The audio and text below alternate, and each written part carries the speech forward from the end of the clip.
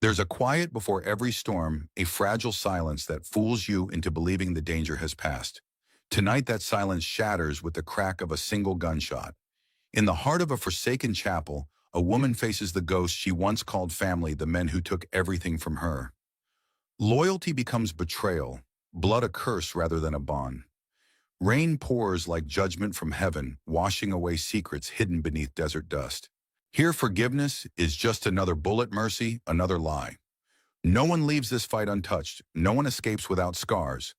Because in a land where justice comes at the edge of a blade, peace is nothing but the silence between gunshots. Dust Haven was the kind of place a traveler might pass through without realizing they had already left it. One rickety saloon and one general store stood side by side.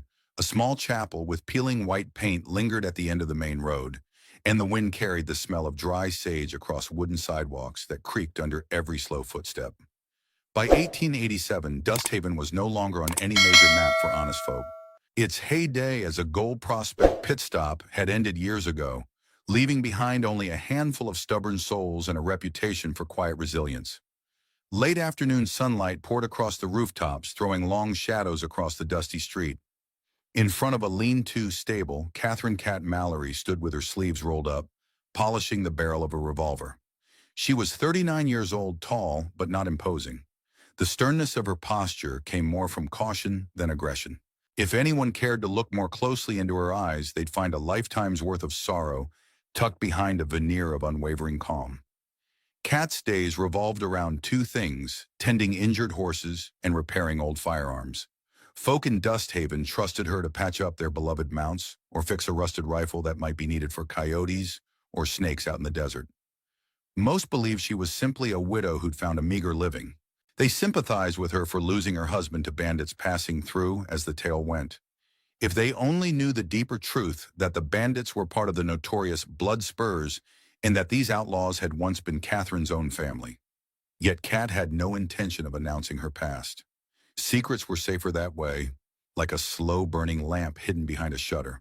She'd spent her years praying no one from that old life would appear in Dust Haven to blow off the cover of her quiet existence. What she never expected was that they'd come not just to disrupt her life, but to claim Dust Haven as their new smuggling outpost. That afternoon, with the sun slipping into the horizon, the air was thick with the promise of a storm.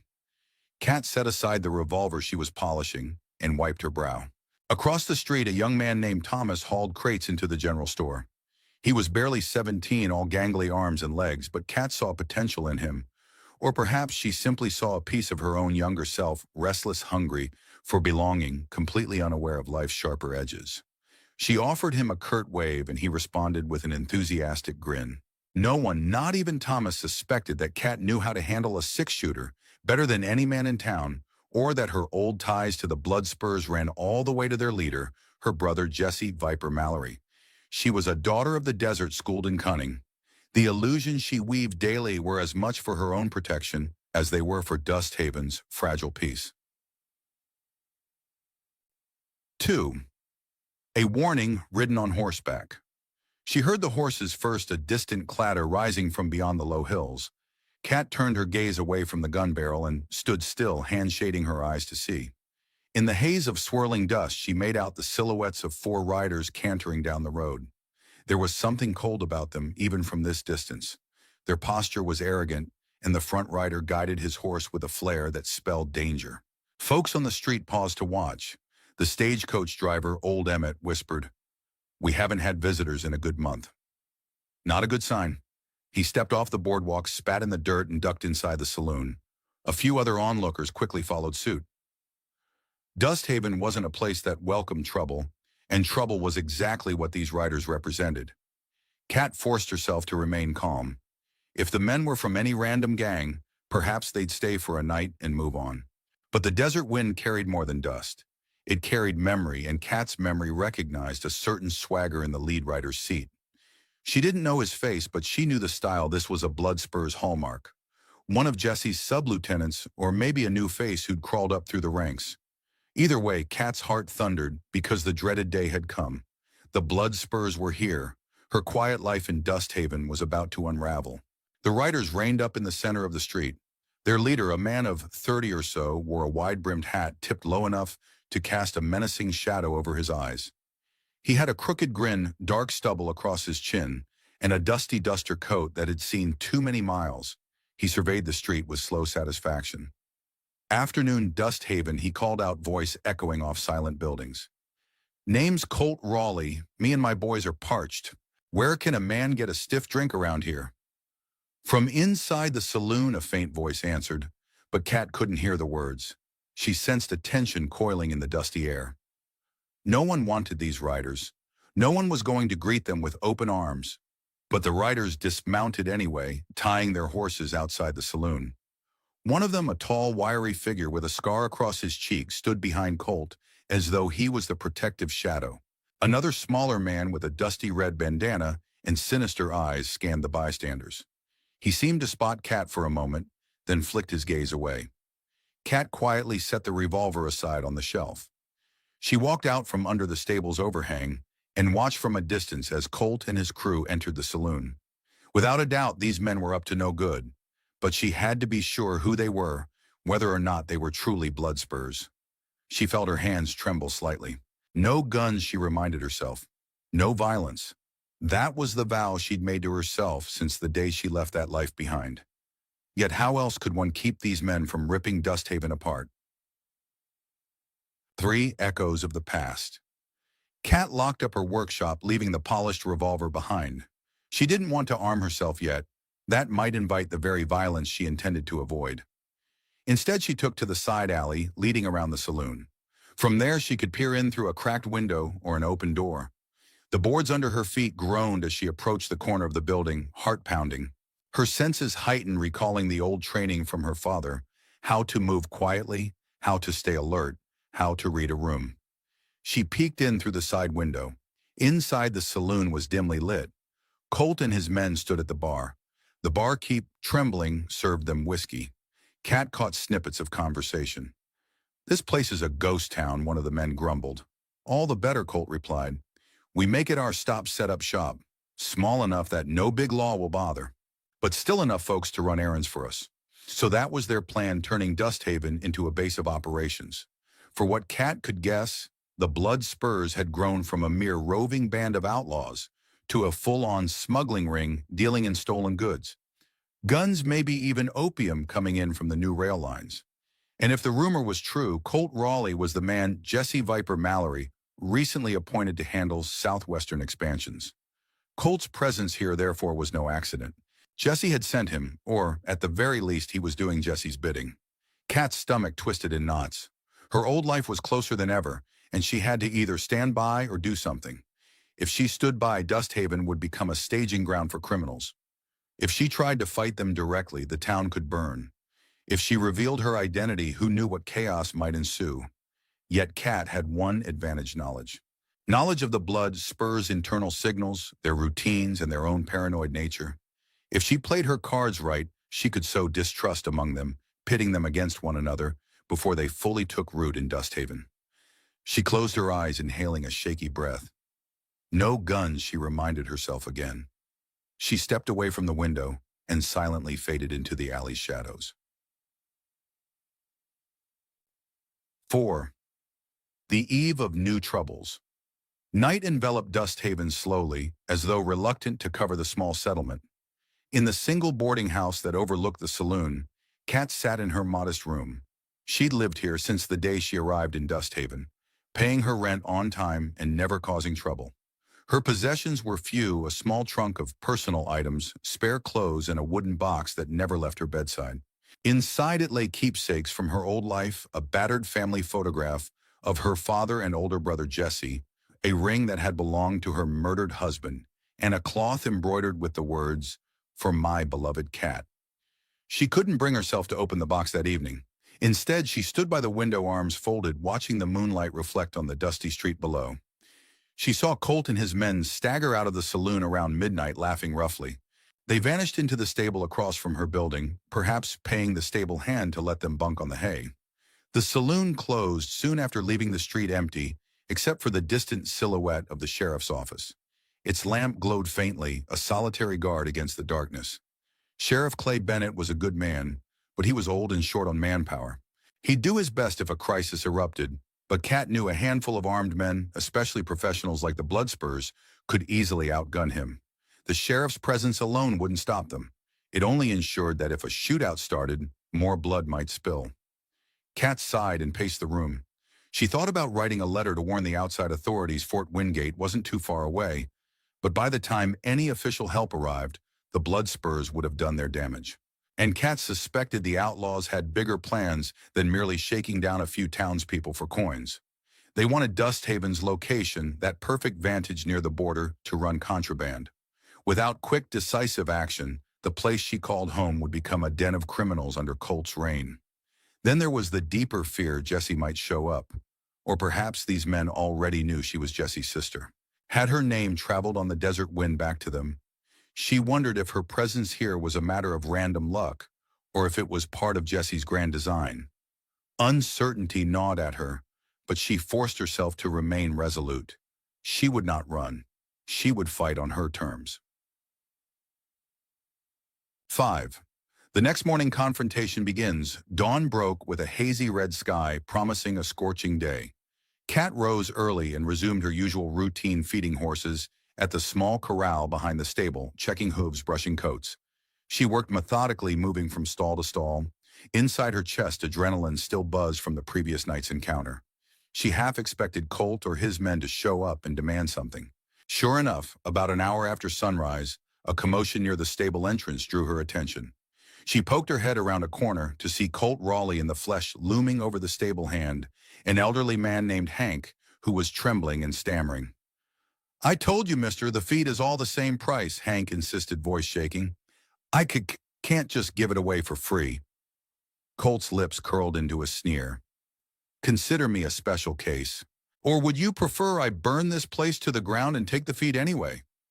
Hank opened and closed his mouth in despair. Several of Colt's men stood behind him. One was the tall, wiry figure with a scar across his cheek. Another was the shorter, shifty-eyed man who watched the interaction with a half-grin. A fourth man, heavy-set and silent, fingered the brim of his hat impatiently. Cat was about to step forward when a shrill neigh erupted from one of the stalls. The distraction made Colt shift his attention. That was her cue. She emerged calm and unassuming, wiping sweat from her brow. She spoke with a voice that carried more confidence than her appearance suggested. "Mornin'." "Everything all right here?" Colt turned, looking her up and down. His gaze flicked over the tools at her belt, hoof-pick brush, a small hammer. "You must be the caretaker." Cat nodded. "Catherine Mallory. Folks around here just call me Cat." "Mallory, huh?" Colt echoed, then let the name dangle in the air for a moment. "No relation to Jessie Mallory, I reckon." He let out a low chuckle as if entertaining a private joke. Cat's poker face remained steady. "I've heard the name." "Outlaw, right? Don't know him." She shrugged with practiced nonchalance. Colt's eyes narrowed slightly, but he didn't press. "Well, Cat, you see we've got horses that need feed. This old-timer claims he charges per pound. We're new in town, so I figure we get a welcome discount." He emphasized the word welcome with a thin veneer of threat. Cat looked from Colt to Hank. "This stable's all Hank has, Mr. Raleigh. If he gives everything away for free, you'll leave him penniless. Not a great welcome for either side, is it?" One of the men snorted. "Ain't your business how we get our feed, missy." "Maybe not," Cat said, letting her gaze drift to the short, shifty-eyed one. For a split second, she recognized something about him. Red Marlowe, rumored to be a new addition to the Bloodspurs.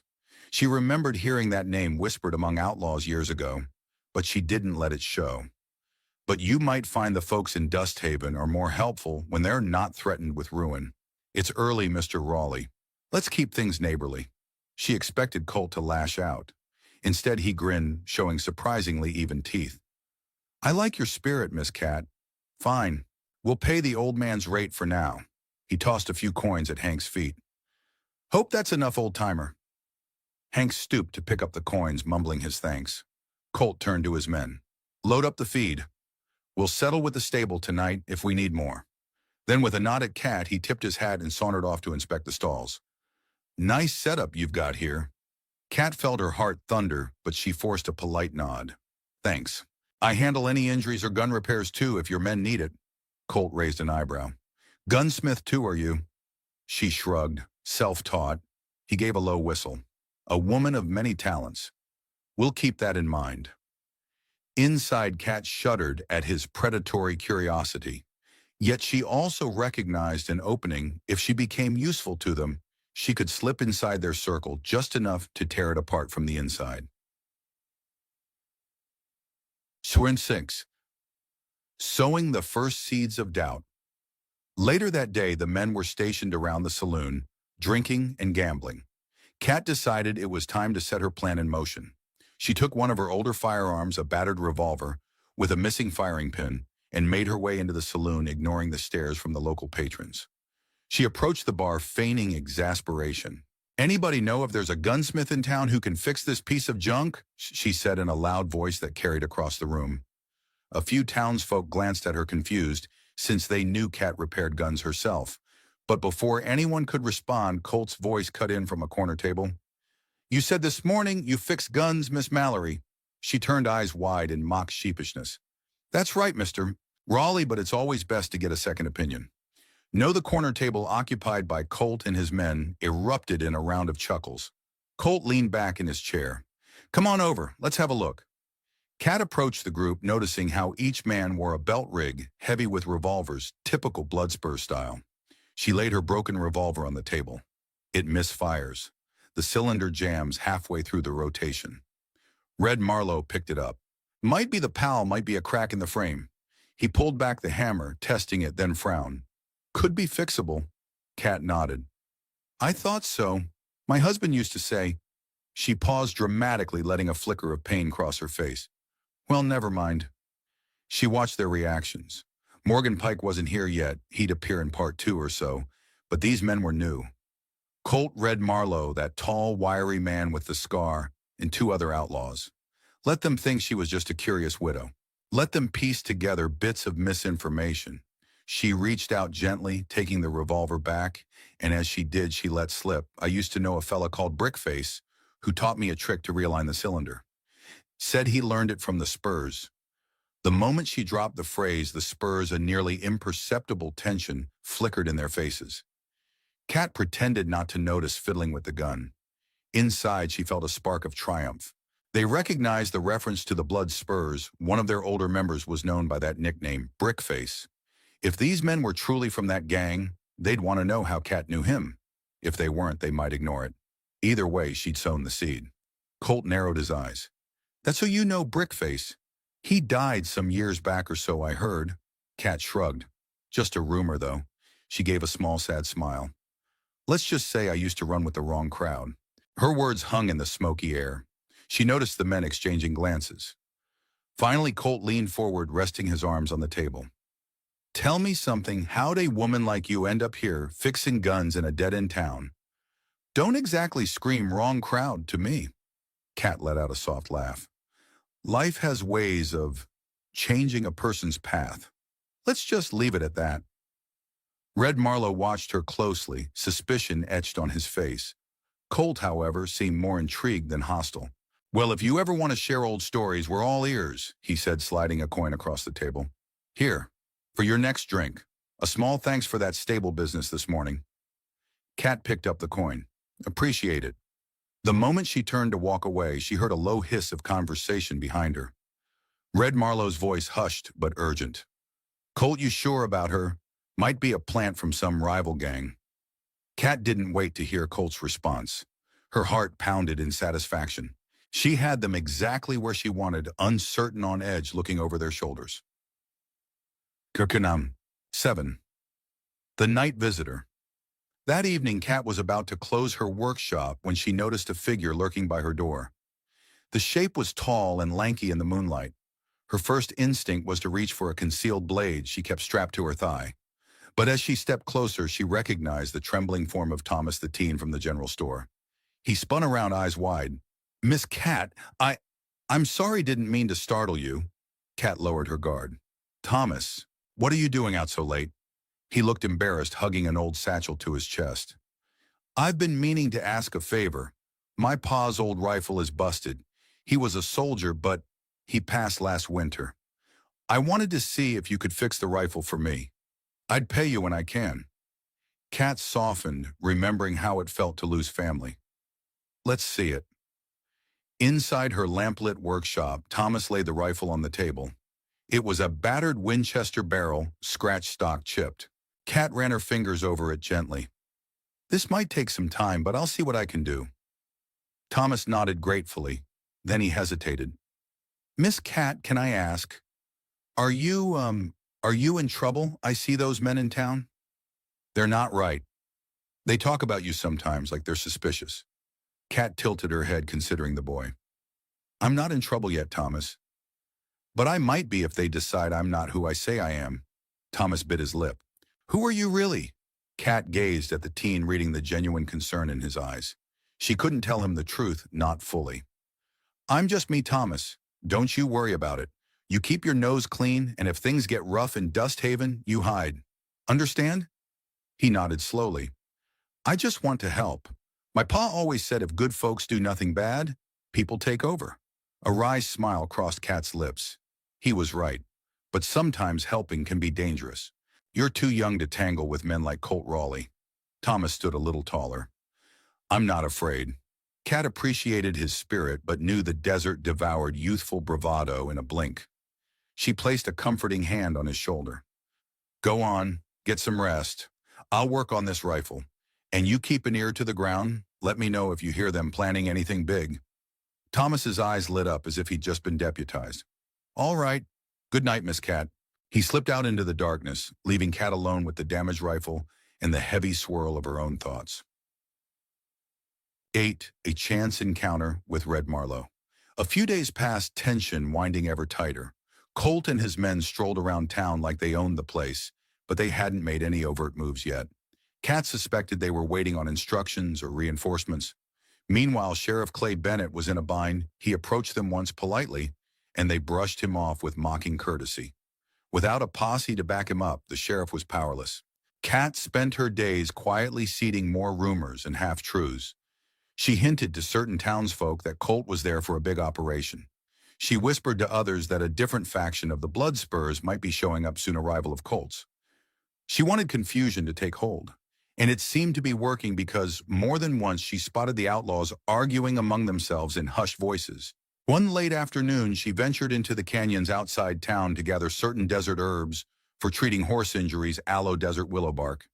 As she rounded a bend in the rocky trail, she nearly collided with Red Marlowe. He was on foot, leading his horse by the reins. Startled, they both froze. Kat forced a friendly smile, though her pulse kicked into high gear. You all right, Mr. Red? Marlowe studied her with unblinking eyes. His horse's flank was streaked with sweat, and Red looked none too pleased to be found wandering the canyon alone. I was out scouting the area, he said gruffly. Didn't expect no one else to be out here. Kat lifted her satchel of herbs. I'm collecting plants I need for salves. Guess we both had business outside town. She paused, letting the quiet echo in the rocky ravine. Does Colt know you're out here? He grunted, not quite answering. Then in a sudden flash, he grabbed Kat by the elbow and pulled her closer, voice low and tight with suspicion. Listen here, woman. I don't trust you. You talk too easily about the Spurs. You know too much. I've got half a mind to march you back and let Colt question you proper. Kat's breath hitched, but she kept her composure, meeting his glare with a level gaze. All right, you could do that, but then you'd lose the advantage you might have if I'm working for a rival faction. If I am a spy, maybe you can turn me. Use me for your own ends. Make me rat out my bosses. That made Red hesitate. She saw the calculation in his eyes. You're a clever one, ain't you, I get by, she said softly, pulling her arm free. Look, I don't have a death wish, and from what I see, Colt might not be the kind of leader who keeps his promises. How long before you end up on the wrong side of his gun, Marlowe? She felt a tremor go through him. She'd guessed right there was friction in the group, and he likely feared Colt's growing ruthlessness. Why should I trust you? Kat shrugged. You shouldn't. But maybe you can use me. If I've got intel from some rival gang, you feed Colt false leads. Watch how he reacts. If he's paranoid or tries to cut you out, you'll know you've got a problem. Red stared at her in stony silence. His chest rose and fell with the tension of the moment. Then in a quieter tone, he asked, And if you're just a lying widow, then you've lost nothing by letting me run free a little longer. He sniffed, releasing her fully. I don't like this, but I like Colt less these days. Fine. I'll keep my eyes on you, Mallory. With that, he mounted his horse, shot her one more suspicious look, and trotted off down the canyon trail. Kat stood there, heart hammering, realizing how close she'd come to a violent end. Yet in that harrowing exchange, she'd planted the most important seed doubt in the mind of Red Marlowe. If she could sway him to question Colt, it might tear open more cracks within the gang. 9. Sheriff Bennett's Dilemma. That evening, Kat visited the sheriff's office under the pretense of returning a borrowed ledger. The cramped little office smelled of stale coffee, and the only other occupant was a sleeping drunk in the single holding cell at the back. Sheriff Clay Bennett, a wiry man in his late 50s with sunken cheeks and iron-gray hair, looked up from his desk. He managed a weary smile. "Evening, Kat. Haven't seen you in here for a while." "I keep out of trouble," she replied with a gentle smile. "Figured you might need some help.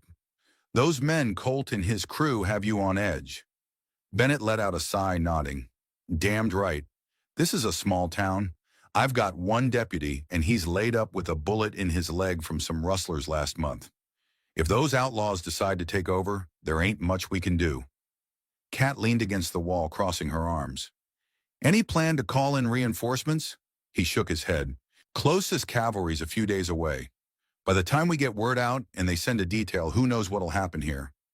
I tried telling Colt we won't stand for lawlessness, but he just smiled and said they're law-abiding travelers for now.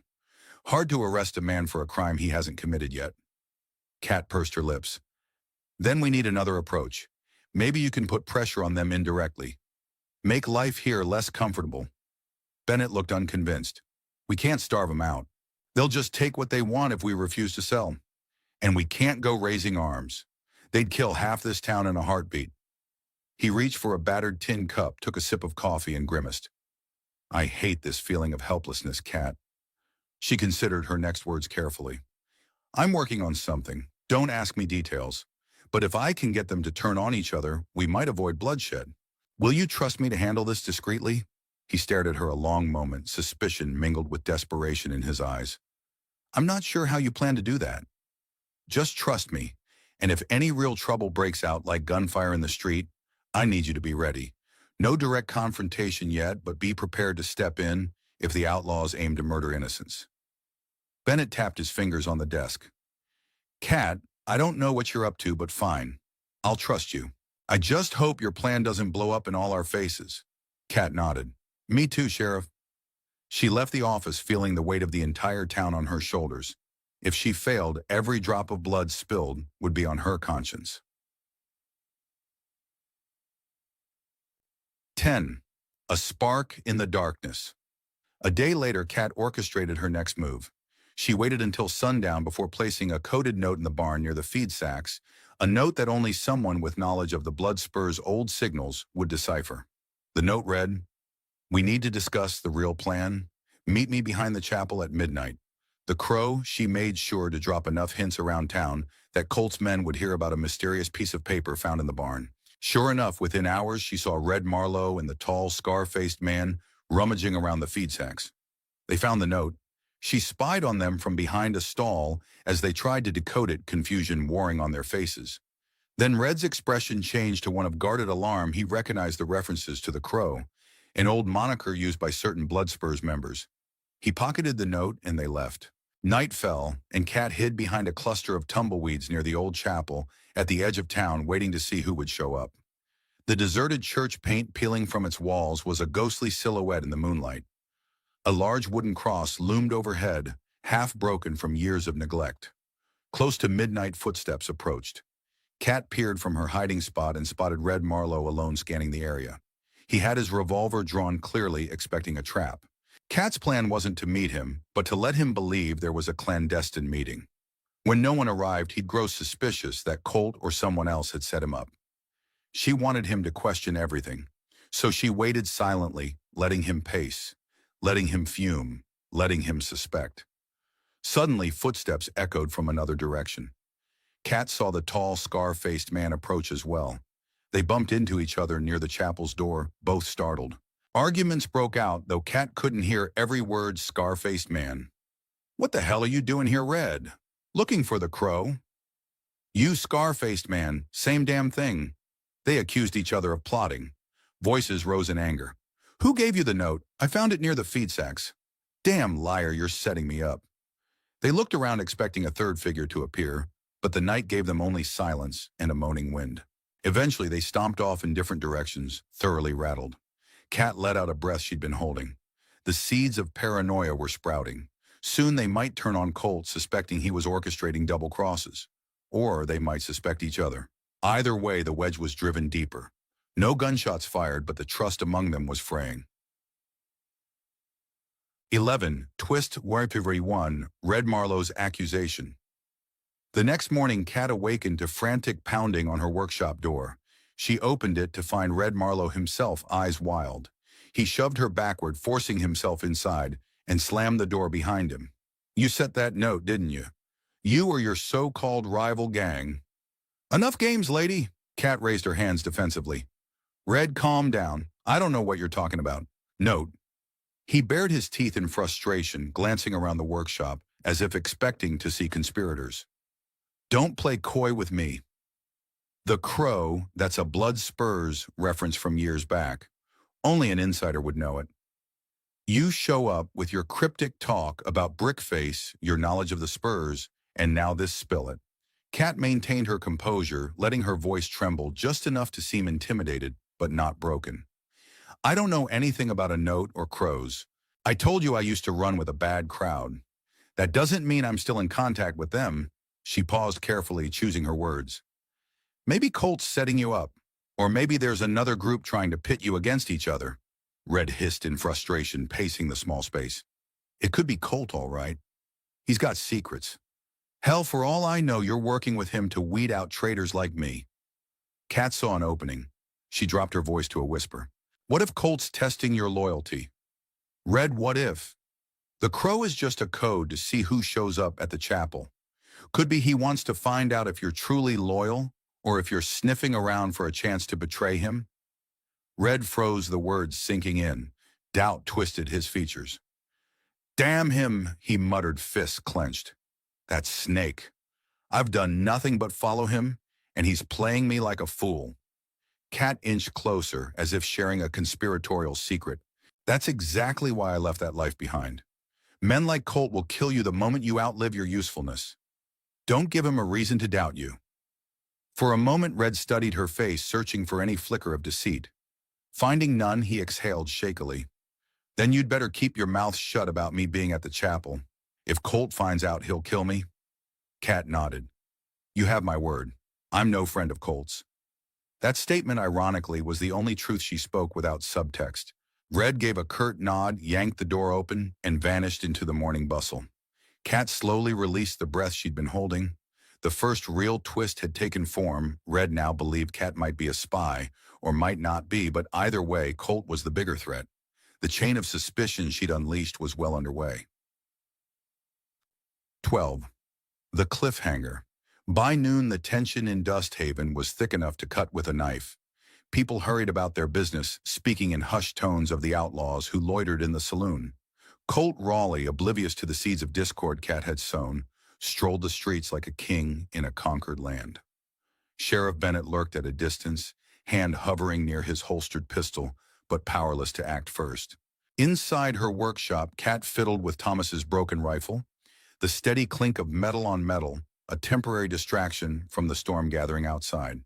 She knew part one of her plan was complete. She'd sown the seeds, but the next steps would be more dangerous. She thought of Jesse Viper Mallory somewhere out there, possibly orchestrating bigger moves. If he ever set foot in Dust Haven, everything would become infinitely more complicated. Her mind flashed to the night she fled the gang, the blood on Jesse's hands. Would he come for her? Would he even recognize the sister he'd once sworn to protect? At that moment, Thomas burst in without knocking, breathless. Miss Kat, come quick. There's trouble at the saloon. She hurried to the doorway. What kind of trouble? He gulped air, face pale. Colt's men cornered someone. They're saying he's a spy. They've got him at gunpoint. Kat's heart lurched. Had Red Marlowe turned on one of the other outlaws? Or had the short-fused, scar-faced man decided to act on suspicion? This was exactly the kind of confrontation she hoped to provoke, yet it was too soon. If shots were fired in broad daylight, innocent townsfolk could be caught in the crossfire. She grabbed a battered hat off the workbench and strode onto the dusty street. People were gathering near the saloon's entrance. She glimpsed Colt's men forming a circle, guns drawn. A single figure stood in the center, trembling, stammering out words Kat couldn't make out over the crowd's hushed gasps. Her stomach sank as she recognized the figure in the center, Thomas. The boy looked terrified, hands raised. One of the outlaws was shouting, "Admit it, you're with that other gang, or else how'd you know about the crow talk?" Thomas's eyes darted frantically around. He caught sight of Kat and mouthed, "Help me." She realized with horror that in his eagerness to gather information for her, he must have overheard the wrong conversation or meddled where he shouldn't. Now the outlaws believed he was some rival gang's spy. Colt emerged from the saloon, tipping his hat back to study the trembling teen. "Settle down, boys. Let's hear what the whelp has to say." He turned his steely gaze on Thomas. "I won't ask twice, kid. Who do you work for?" Thomas's voice cracked. I don't work for nobody. I'm just an errand boy in this town." I swear Kat's mind raced. She could do nothing overt without revealing herself. Yet if she let them kill Thomas, her own humanity would be gone forever. She glanced toward the sheriff's office but saw no sign of Bennett stepping in. The crowd was paralyzed with fear. Before she could decide her move, Red Marlowe looked at Kat across the ring of outlaws. A flicker of recognition passed between them. In that split second, Kat realized Red might see a chance to accuse Thomas of being her spy or to shift suspicion again. She also saw fear in his eyes, as if he might step forward to defend the boy, further incriminating himself. The silence hung like a drawn pistol waiting to fire. The entire future of Dusthaven, of Kat's carefully laid plan, balanced on a razor's edge. Kat clenched her fist, bracing for whatever explosive outcome might erupt. And what part Thomas stood in the dusty street arms, raised his face ashen with terror. 5 outlaws closed in around him, hard-eyed men with their revolvers half drawn, ready to kill on Colt Raleigh's command. A crowd of onlookers formed a wide ring, no one daring to intervene for fear of catching a bullet. The midday sun glared unforgivingly, as if illuminating the ugliness of the moment. Kat Mallory glanced around, calculating the angles. If she openly rushed in, Colt's gang would turn on her. If she stayed silent, Thomas might die. And if she tried something too clever, she risked unraveling the delicate web she had spent days weaving. In the background, the rickety saloon door creaked as more curious townsfolk stepped outside to watch. Colt himself strolled out into the sunlight, a half-smoked cigar between his lips. He waved a hand for quiet, as if he were some magnanimous king. "Boys, let's hear the pup speak before we start painting the dirt with blood." One of his men, a heavy-set outlaw named Knox, gave Thomas a rough shove, forcing him to his knees. "Speak up, whelp." Thomas coughed and lifted his hands higher. "I'm nobody's spy. I was worried for the town. I tried to overhear what you were planning so I could warn folks." His eyes darted to Kat. She held his gaze for an instant, silently imploring him not to mention her role in this. A ripple of anger passed through the outlaws. Colt flicked ash from his cigar. "So you're a self-appointed guardian? Think your scrawny ears can outlisten my men?" Before Thomas could respond, Red Marlowe pushed to the front, his hand hovering near his sidearm. Kat noticed the tension in the lines of his face, a silent battle raging inside him. He was the first to suspect Kat's manipulations, and now he stood on a knife's edge between protecting himself or perhaps shifting blame. He looked at Colt with forced bravado. "We're wasting time on this kid. He's not part of any bigger plan. Just a foolish little snoop." Then Red kicked dust at Thomas as if to keep up appearances. "He's harmless." Kat caught the slight tremor in Red's voice. He was trying to defuse the situation, perhaps to hide his own disloyalty. Still, Colt's men smelled fear. Scar-faced Baird, the tall outlaw, stepped forward. "No rival gang would send a puny kid. This is a town boy thinking he can outsmart us. Let's make an example of him, boss." A chorus of agreement rumbled through the outlaws. The onlookers shrank back some, turning away, unwilling to witness what might happen next. Dusthaven had seen its share of violence, but an execution on Main Street in broad daylight was a fresh horror. Kat knew she had to intervene without betraying her true hand. She cleared her throat loudly, stepping into the circle. "Mr. Raleigh, if you aim to keep the peace in this town long enough to set up your business," she said carefully. Choosing her words, it might be wise not to kill an unarmed teenager in the street. Folks have long memories. Colt arched an eyebrow. You volunteering to punish him yourself? Miss Mallory might be more civilized if you handle it. She gave a tight smile. I'm no killer, but I do know the sheriff won't take kindly to an execution. He might not have the bullets to bring you down, but there's enough righteous folks here that your entire plan could unravel if you push too hard. Colt locked eyes with Kat. The hint of a smirk tugged at his lips. You're suggesting mercy. She paused, letting the crowd see her as a mediator, not an instigator. I'm suggesting strategy. If you want Dusthaven to roll over, it won't help to fill the ground with corpses. For a long moment, no one spoke. Dust swirled around them and Thomas shivered where he knelt. Finally, Colt shrugged. All right, let's show we ain't monsters. Boys, let him crawl away. A wave of disappointment rippled through some of the outlaws, but none dared challenge Colt's order. He turned his gaze to Thomas. If you cross me again, kid, you'll wish you were never born. Understand? Thomas nodded rapidly. Yes, sir. Knox stepped aside to let him scramble to his feet, then shoved him roughly toward the onlookers.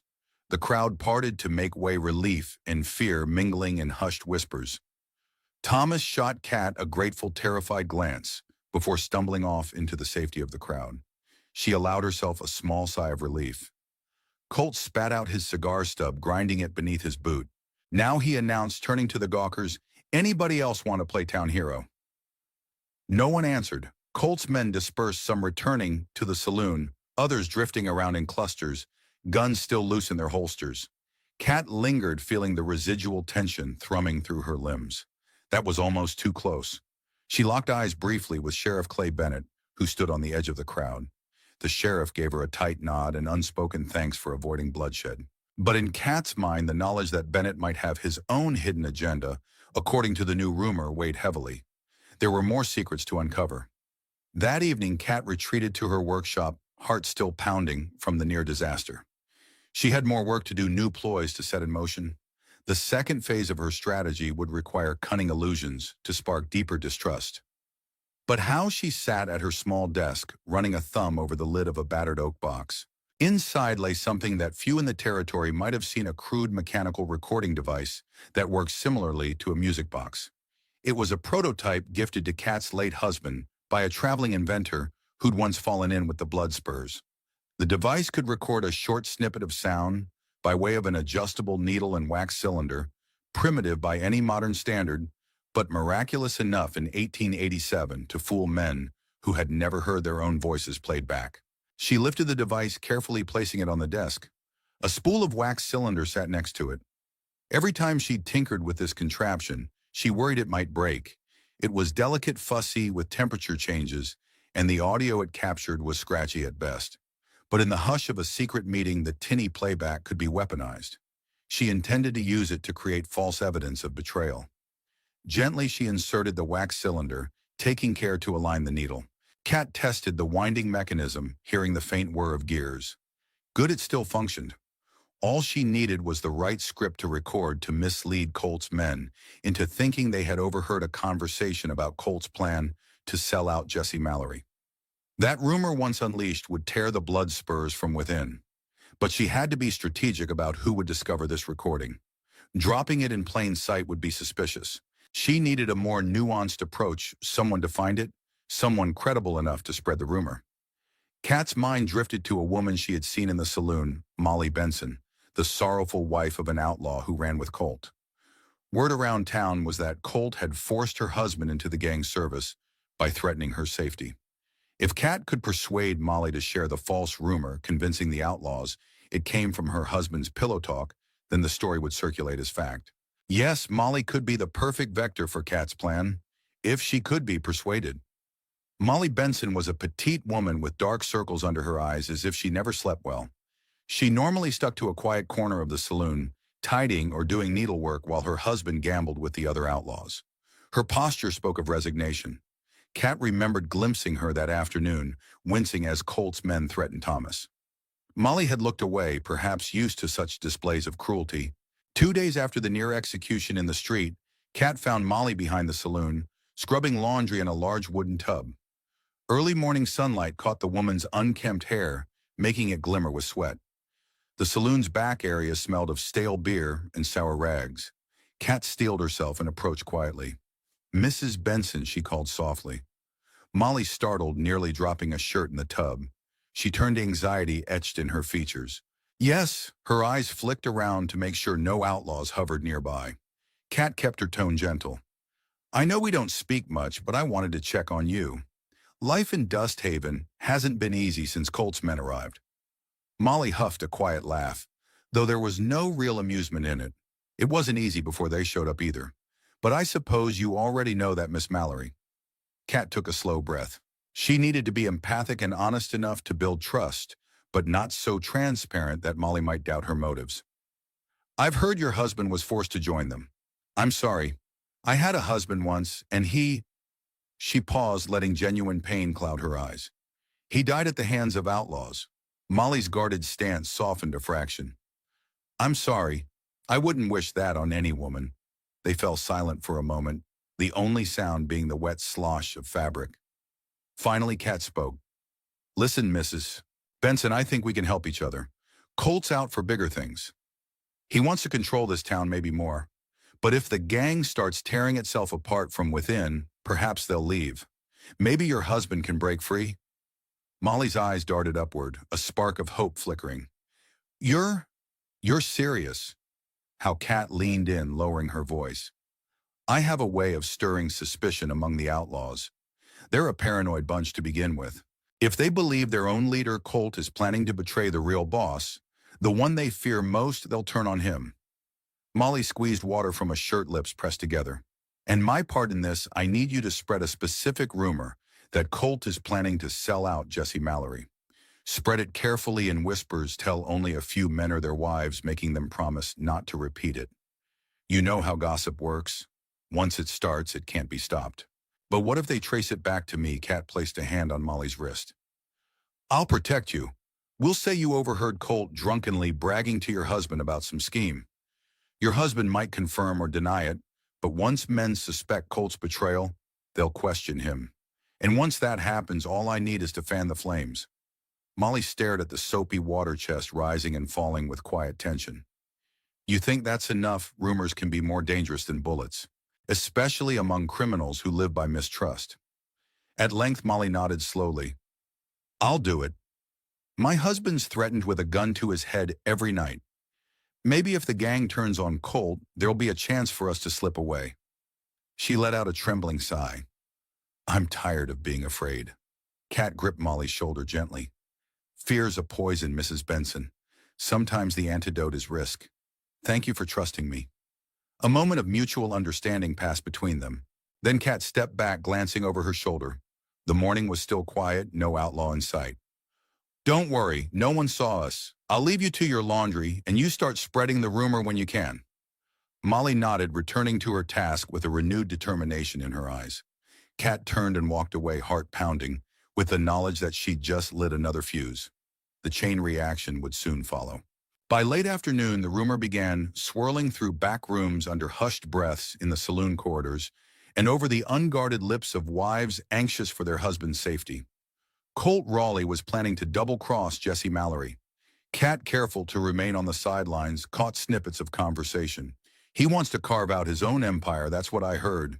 He's just waiting for Jesse to drop his guard then." Bam, it can't be true. Colt's loyal.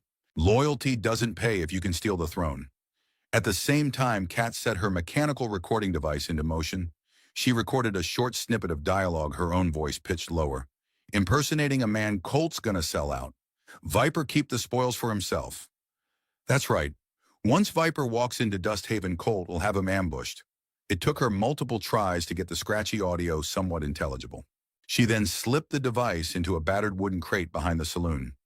If her plan worked, one of the outlaws would stumble upon it, hear the ghostly replay, and panic. So far, the paranoia was ramping up nicely, but she wanted to accelerate it further. When she emerged from behind the saloon, she found none other than scar-faced Baird rummaging around. He glared at her with immediate suspicion. "What you doing back here, woman?" Kat feigned irritation. "I'm looking for my runaway cat, my actual cat," she clarified, rolling her eyes. "Thought I saw it scurry behind these crates." Baird grunted. "Haven't seen no cat. Just junk and splinters. She feigned disappointment. Darn thing is always slipping away. With that, she left him to his search. If all went as planned, Scarface Baird might find the device and assume it was planted by someone else, maybe a rival from within the gang or a spy from outside. Kat smiled inwardly at the thought. Over the next day, the atmosphere around Dusthaven grew thick with suspicion. Kat noticed that Colt became increasingly irritable. He barked orders, his eyes darting left and right, as if expecting betrayal from every shadow. The men picked fights with each other, small disagreements turning into near brawls. Molly confided to Kat that her husband came home one night. Trembling, Colt had interrogated him about rumors. Meanwhile, Red Marlowe glared at Colt whenever the boss's back was turned, fueling the sense of an impending fracture. It all came to a head on a sweltering afternoon when Kat heard furious shouting from the direction of the livery stable. She hurried over, weaving through townsfolk who had gathered at a safe distance. There in the center of the stable yard, Colt had his revolver aimed at two of his underlings, men Kat recognized vaguely, but had never spoken to. They were kneeling, hands on their heads. Red Marlowe and Scarface Baird flanked Colt, guns drawn as well, though their expressions suggested they weren't entirely comfortable with what was unfolding. "You worthless wretches," Colt snarled at the kneeling men. "Think I don't hear you sneaking around at night, whispering behind my back? You think I don't know you're telling folks I'm out to betray Jesse, that you're trying to contact him yourselves, cut me out of the loop?" One of the kneeling outlaws stammered, "Boss, I swear it's not true. We never said." Colt cracked him across the jaw with the barrel of his revolver. "Shut up, I've had it with these damn rumors. Nobody's going to question my loyalty or my leadership." He locked eyes with Red Marlowe. "Hand me that rifle over there." Red hesitated, flicking a glance at Kat. She pretended to be just another onlooker. Then Red picked up a shotgun leaning against the stable wall and passed it to Colt. Kat noticed a flicker in Red's face, guilt or perhaps fear that Colt had found scapegoats, or that Colt might turn on him next. A hush fell over the crowd. Colt leveled the shotgun at the first man's head. "Last chance. Confess who started these rumors. Where did you get the idea I'd betray Jesse?" The man whimpered, shaking his head. His partner was too petrified to speak. Colt's finger tensed on the trigger. Kat's breath caught in her throat. She wanted to intervene, but the situation was precarious. A direct plea could get her killed. She scanned the stable yard for any sign of the sheriff. Nothing. The crowd was paralyzed by fear. Then, in a horrifyingly abrupt motion, Colt fired. The kneeling man's body jerked and collapsed lifeless. Screams rang out from the townsfolk. Before the second man could even react, Colt pulled the trigger again. His face twisted into a grimace of rage. Another life snuffed out. Blood pooled on the dusty ground, turning it a dark copper color beneath the blazing sun. A collective gasp, then stunned silence. Kat felt bile rise in her throat. She had unleashed rumors to fracture the gang, hoping to avoid mass violence, yet two men had just been executed. Their only crime was being pawns in a game of paranoid power. Colt lowered the shotgun, his breathing ragged. He turned to the crowd, eyes alight with savage intensity. "Let that be a lesson to anyone spreading lies," he rasped. "My loyalty to Jesse Mallory is iron, but I won't tolerate backstabbers among my own men." The crowd recoiled, and Kat caught sight of Red Marlowe's face, ashen, but forced into a mask of compliance. Scar-faced Baird looked slightly nauseated, nodding in agreement to Colt's outburst. The tension was now suffocating. The unstoppable cruelty of Colt was on full display, sending a wave of horror through Dusthaven. As Colt stalked off, Red and Baird exchanged a glance. Kat sensed that the seeds of distrust were now soaked in blood. This was no longer a subtle mind game. It was a deadly spiral. That night, the sweltering heat broke in a sudden thunderstorm. Rain sluiced through Dusthaven's gutters, lightning illuminating the rickety buildings in ghostly flashes. The storm had kept most townsfolk inside. Kat sat alone in her workshop, listening to the downpour lash against the windows. She felt a heavy guilt pressing on her. Two men were dead. True, they were outlaws, but her manipulations had indirectly led to Colt's meltdown. Was she truly any better than the men she sought to destroy? A soft knock at her door startled her. She froze, heart pounding. At this hour in this storm, who could it be? Slowly she rose, took a small knife from her desk, and moved toward the door. She cracked it open a sliver. A lightning flash revealed a face she had never expected to see again. Morgan Pike. Kat's heart seemed to stop. She had believed him dead, killed years ago in a shootout with lawmen, or so the rumor went. Yet here he stood, dripping wet, a scar along his temple, his hair longer and streaked with silver. His eyes burned with an intensity that sent a jolt of the past through Kat's entire being.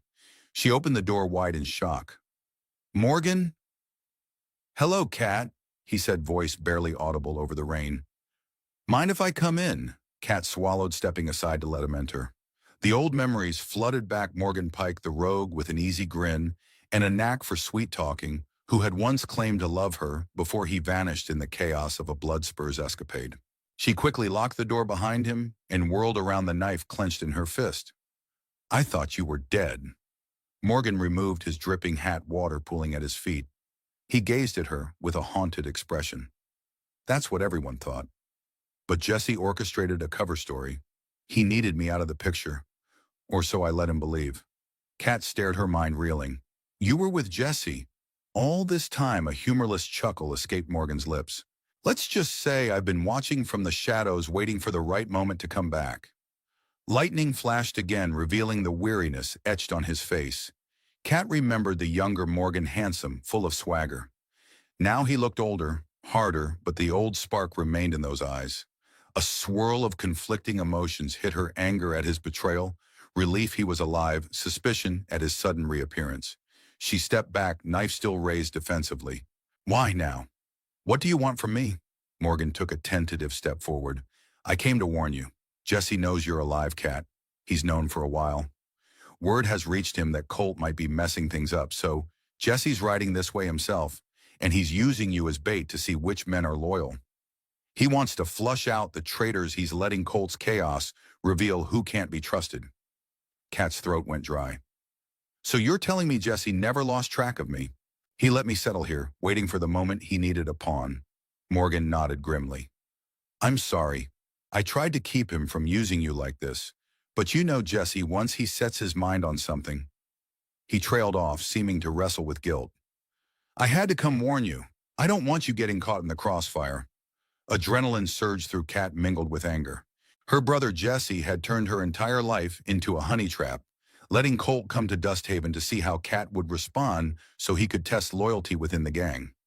It meant that every rumor, every manipulation might be playing straight into Jesse's designs. "Why do you care, Morgan? Didn't you leave me to rot?" Before Morgan flinched.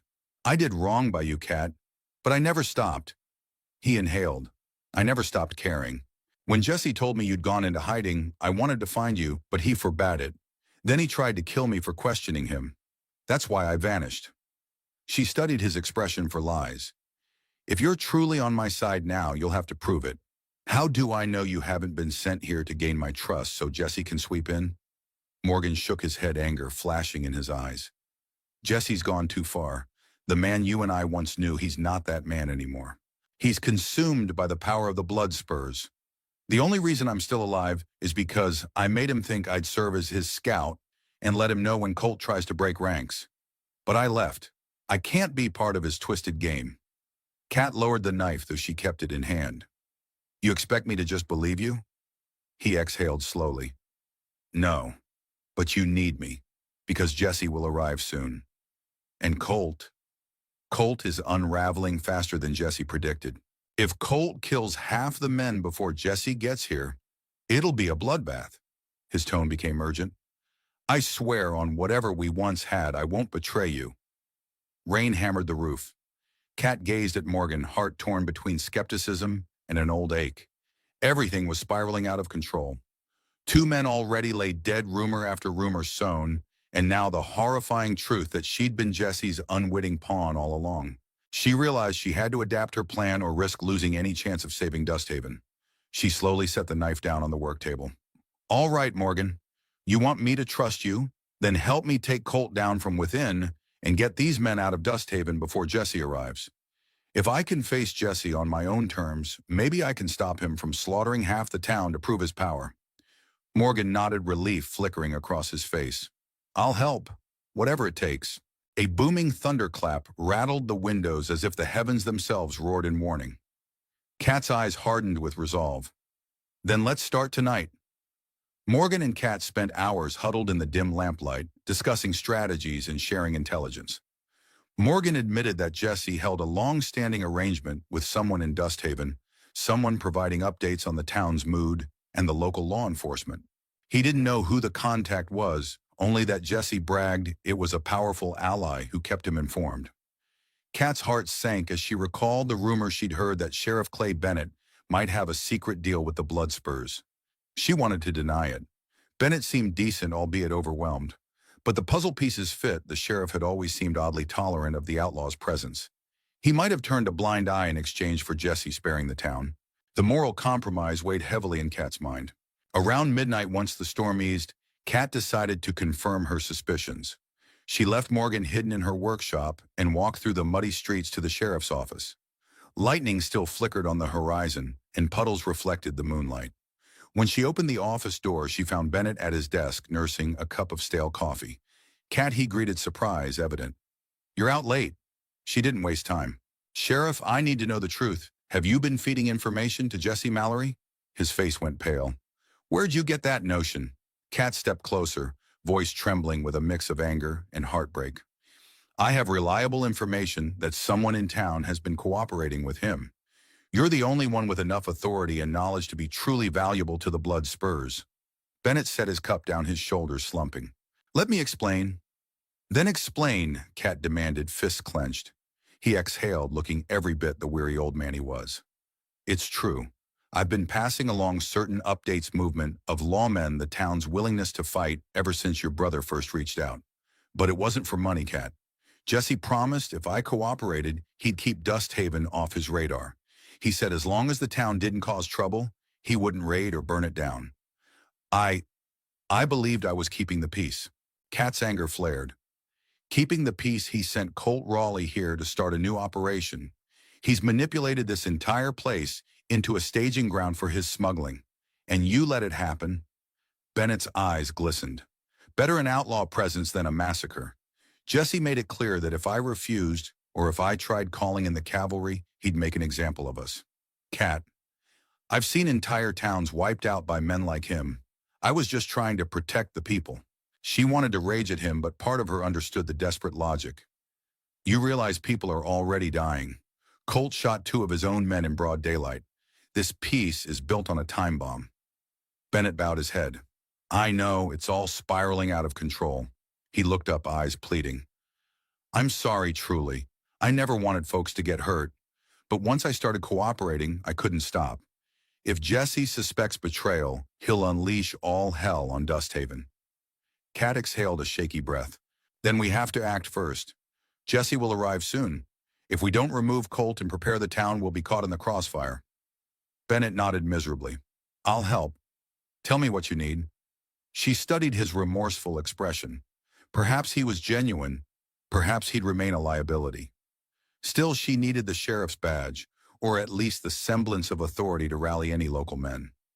"Organize a quiet militia, volunteers, folks willing to defend the town. Don't tip off Colt. We need to be ready if this turns into a gunfight." He swallowed hard. "I'll do it." Kat turned to leave, pausing at the door. "Sheriff, one last question. Did Jesse ever mention me?" Bennett grimaced. "He only said that if you caused trouble, I was to keep an eye on you, but he never threatened you directly, just the town. I didn't know you two were kin." Kat closed her eyes, bitterness welling up inside. "We are, but that won't stop him from doing whatever he pleases." She slipped into the rainy night, uncertain whether she felt relief at having the truth or deeper despair at the layers of betrayal. A single thought kept her focused. She had to outrace Jesse's arrival and orchestrate Colt's downfall before more innocents were caught in the crossfire. The next day dawned with a tense quiet. Word spread that Sheriff Bennett was quietly reaching out to townsfolk, men who owned rifles or shotguns, men who might be willing to stand up against the outlaws if pushed. Kat pretended to remain in her usual routine so as not to raise suspicions. She patched up a few horses, replaced a couple of firing pins and battered revolvers, all the while coordinating in secret with Morgan Pike. Their plan was to confront Colt at the right moment once suspicion among his men was high enough to lead to a mutiny. That moment came sooner than Kat expected. Late in the afternoon, as she was finishing up in her workshop, the door burst open with a violent crash. Scar-faced Baird, accompanied by Knox and two other thugs, stormed in. One of them seized Kat's arms before she could reach for a weapon. What in the hell she managed struggling against their grip? Baird's expression was a mix of triumph and rage.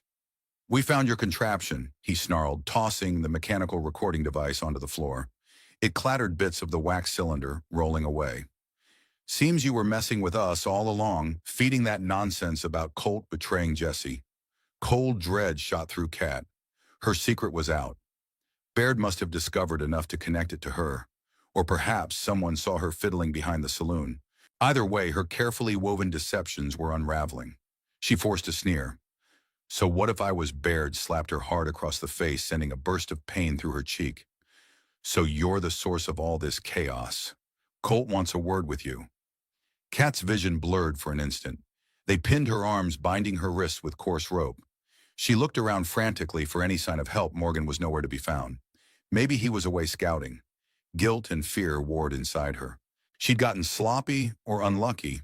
Either way, she was at their mercy now. They dragged her into the street. Passers-by stared, but the presence of four armed outlaws kept them from intervening. Kat's heart thundered. If Colt decided to kill her outright, she was finished. But if he suspected she might be of use, he might keep her alive long enough to glean information.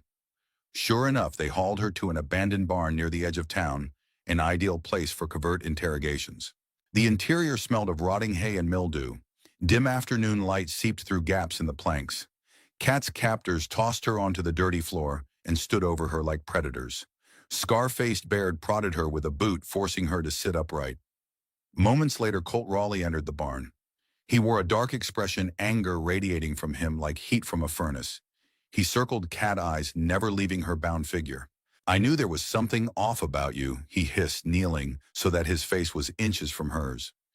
"You knew too much about the Spurs, about our signals. And now you've been planting evidence-stirring talk that I'm out to betray Jesse." Cat forced a bitter laugh. "Took you long enough to figure out." Colt grabbed her chin, forcing her to look him in the eye. "Who do you work for? Another gang?" "The law, Jesse himself," she spat at the ground. "I work for me. I want you out of this town." A muscle twitched in Colt's jaw. He stood abruptly, kicking a bale of moldy hay aside. "Boys tie her up good. We'll see how defiant she is after I soften her up."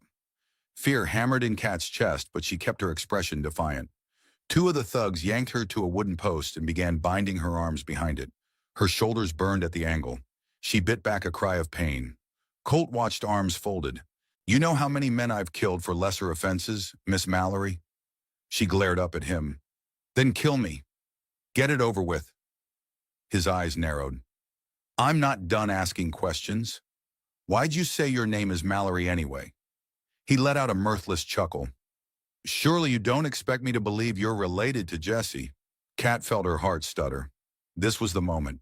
She might use the truth as a weapon or risk him finding out from someone else. She drew in a breath. "Because I am. Jesse is my brother." Silence thudded in the barn. Baird and Knox exchanged stunned looks. Colt stared at her, then barked a laugh. "Oh, that's rich. Are you telling me Jesse Mallory's own sister is trying to sabotage me?" Kat stared straight at him. "I left the gang a long time ago when Jesse murdered the man I loved. I wanted no part of the Spurs' bloodshed." Colt's amusement turned to suspicion. "Then you must know that if Jesse gets word you're behind this, he'll come here personally. He might kill me or you or everyone in between to protect his own secrets." "I'm counting on it," Kat said, though her voice trembled slightly. Colt crossed the barn in swift strides, seizing Kat's hair and yanking her head back. Pain shot across her scalp. "Think you're real clever stirring the pot. The only question is whether I use you as bait or kill you right now." His breath was hot against her face. "You're not the only one who can play mind games, lady." Kat's pulse pounded. If Morgan didn't intervene soon, or if her next words didn't sway Colt, she'd end up dead. She did her best to steady her voice. "You kill me, you lose any leverage you have when Jesse arrives. If you keep me alive, at least you can try to cut a deal with him." Colt's expression shifted, cunning entering his eyes. "So you're bargaining for your life by promising me a seat at the table with Jesse? Maybe that's an idea." If I hand him his sister along with the territory I've set up, he might forgive this rumor fiasco. Anger stabbed Kat's chest. You're a fool if you think Jesse forgives easily. He'll use you until he's done, then toss you aside. That's who he is. Colt smirked. I'll take my chances. He jerked his chin at his men. Guard her, no one in or out. We'll see how she feels after a night tied to that post. Scar-faced Baird gave a curt nod. And if she tries anything, Colt shrugged. Break her hands. With that, Colt spun around and marched out of the barn, leaving Kat bound and trembling. The heavy door slammed shut, and she was alone with Baird and Knox. A single lantern cast flickering shadows on the rough-hewn walls. Kat swallowed her panic, trying to keep her breath steady. She had to believe Morgan would come through. If he didn't, she closed her eyes, pushing away the image of a brutal end. Hours dragged on in that cramped barn. The sun sank, replaced by the low glow of the lantern. Baird and Knox took turns stepping outside for a smoke, leaving one man to watch Kat at all times. Her arms ached, legs cramped, and her throat felt raw from thirst. Despite the pain, she refused to let them see her weakness, greeting each glare with steady defiance. Night fell fully. A faint drizzle began tapping on the barn's roof like ghostly fingers. Kat felt her eyelids grow heavy with exhaustion. Just as she started drifting into a haze, she heard a muffled noise at the back of the barn, metal scraping on wood. Knox, who was on watch at that moment, stiffened. Baird, he called quietly. You hear something? Before Baird could answer, a shadowy figure lunged from the darkness behind a stack of crates. A scuffle ensued, fists connecting with dull thuds. Knox let out a grunt and stumbled forward, revealing the figure behind him. Morgan Pike, a pistol in his hand. He fired a shot that grazed Knox's shoulder, drawing a sharp cry of pain. Then Morgan swung the pistol like a club, knocking Knox to the ground. Baird whirled, drawing his revolver. But another figure sprang from behind a bale of hay, a teenage girl that Kat recognized as Mary Lou, the young stable helper Kat had once aided with a horse's foaling. Mary Lou smacked Baird's arm with a wooden beam, sending his gun flying. Morgan tackled Baird to the ground, wrestling him into a chokehold. The barn erupted in chaos. Kat struggled against her bindings, heart hammering with hope. Morgan pinned Baird, pressing the muzzle of his pistol to the outlaw's temple. Stay down or you're dead, he growled. The battered man lay still, eyes wide. Mary Lou rushed to Kat, rummaging for a knife. Hold on, Miss Mallory. I'll get you out of those ropes. The young girl's hands trembled but managed to slice through the coarse bindings. Kat groaned in relief as her arms fell forward, pins and needles shooting through her limbs. Morgan kept his weapon trained on the two outlaws who lay groaning on the floor.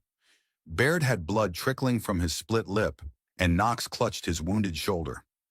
Tell your boss, Morgan warned, he's messing with the wrong people. Then with a final crack across Baird's jaw, Morgan knocked him out cold. Kat struggled to her feet, leaning on Mary Lou for support. Mary Lou, you shouldn't have risked yourself. The girl shrugged, cheeks flushed. You helped me once. Said every life was worth saving. I wasn't about to let them kill you, Miss Kat. A wave of gratitude and protectiveness swept through Kat. She gently clasped Mary Lou's shoulder. Thank you, but now you need to hide. Colt won't take kindly to losing his prisoner. Morgan moved to the barn door, peering out at the night. We'd better move quickly. The gunshot might have been heard. Kat flexed her stiff arms, forcing blood back into them. Where do we go? Morgan frowned. Colt's men will be scouring the town soon. We need a place they won't think to look. Then we rally the sheriff's hidden militia. His eyes flicked to Mary Lou. Can you keep yourself safe? Mary Lou nodded. I'll slip back to the stable. No one pays me much mind there. You two run. They'll be after you any minute. Kat and Morgan exchanged a determined look. Then with one final glance at the unconscious outlaws, they slipped out into the drizzle. The storm had lessened to a misty rain, the moon partially hidden by drifting clouds. Moving through back alleys and side streets, they headed toward Kat's workshop first, where she could gather supplies and a spare weapon if needed. By the time they reached Kat's workshop, her limbs still throbbed from confinement, but adrenaline kept her moving. Morgan kept watch at the doorway while she rummaged for her pistol, the one she set aside. Her hands shook as she loaded it, recalling her vow not to resort to violence. Circumstances, however, had forced her hand. Morgan kept his voice low. We can't stay here. Colt's sure to send more men. Kat nodded, sliding the pistol into a makeshift holster at her belt.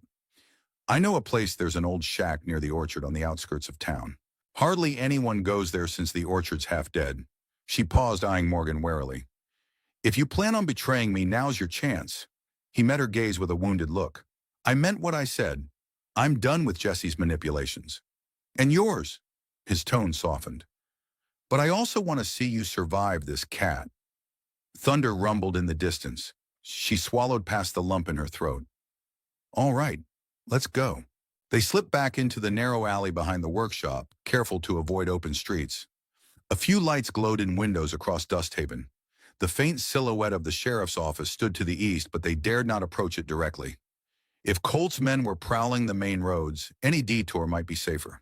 Within minutes, they reached the outskirts. The orchard's twisted trees loomed in the pale moonlight. Rotting windfalls littered the ground, releasing a sour scent of decay.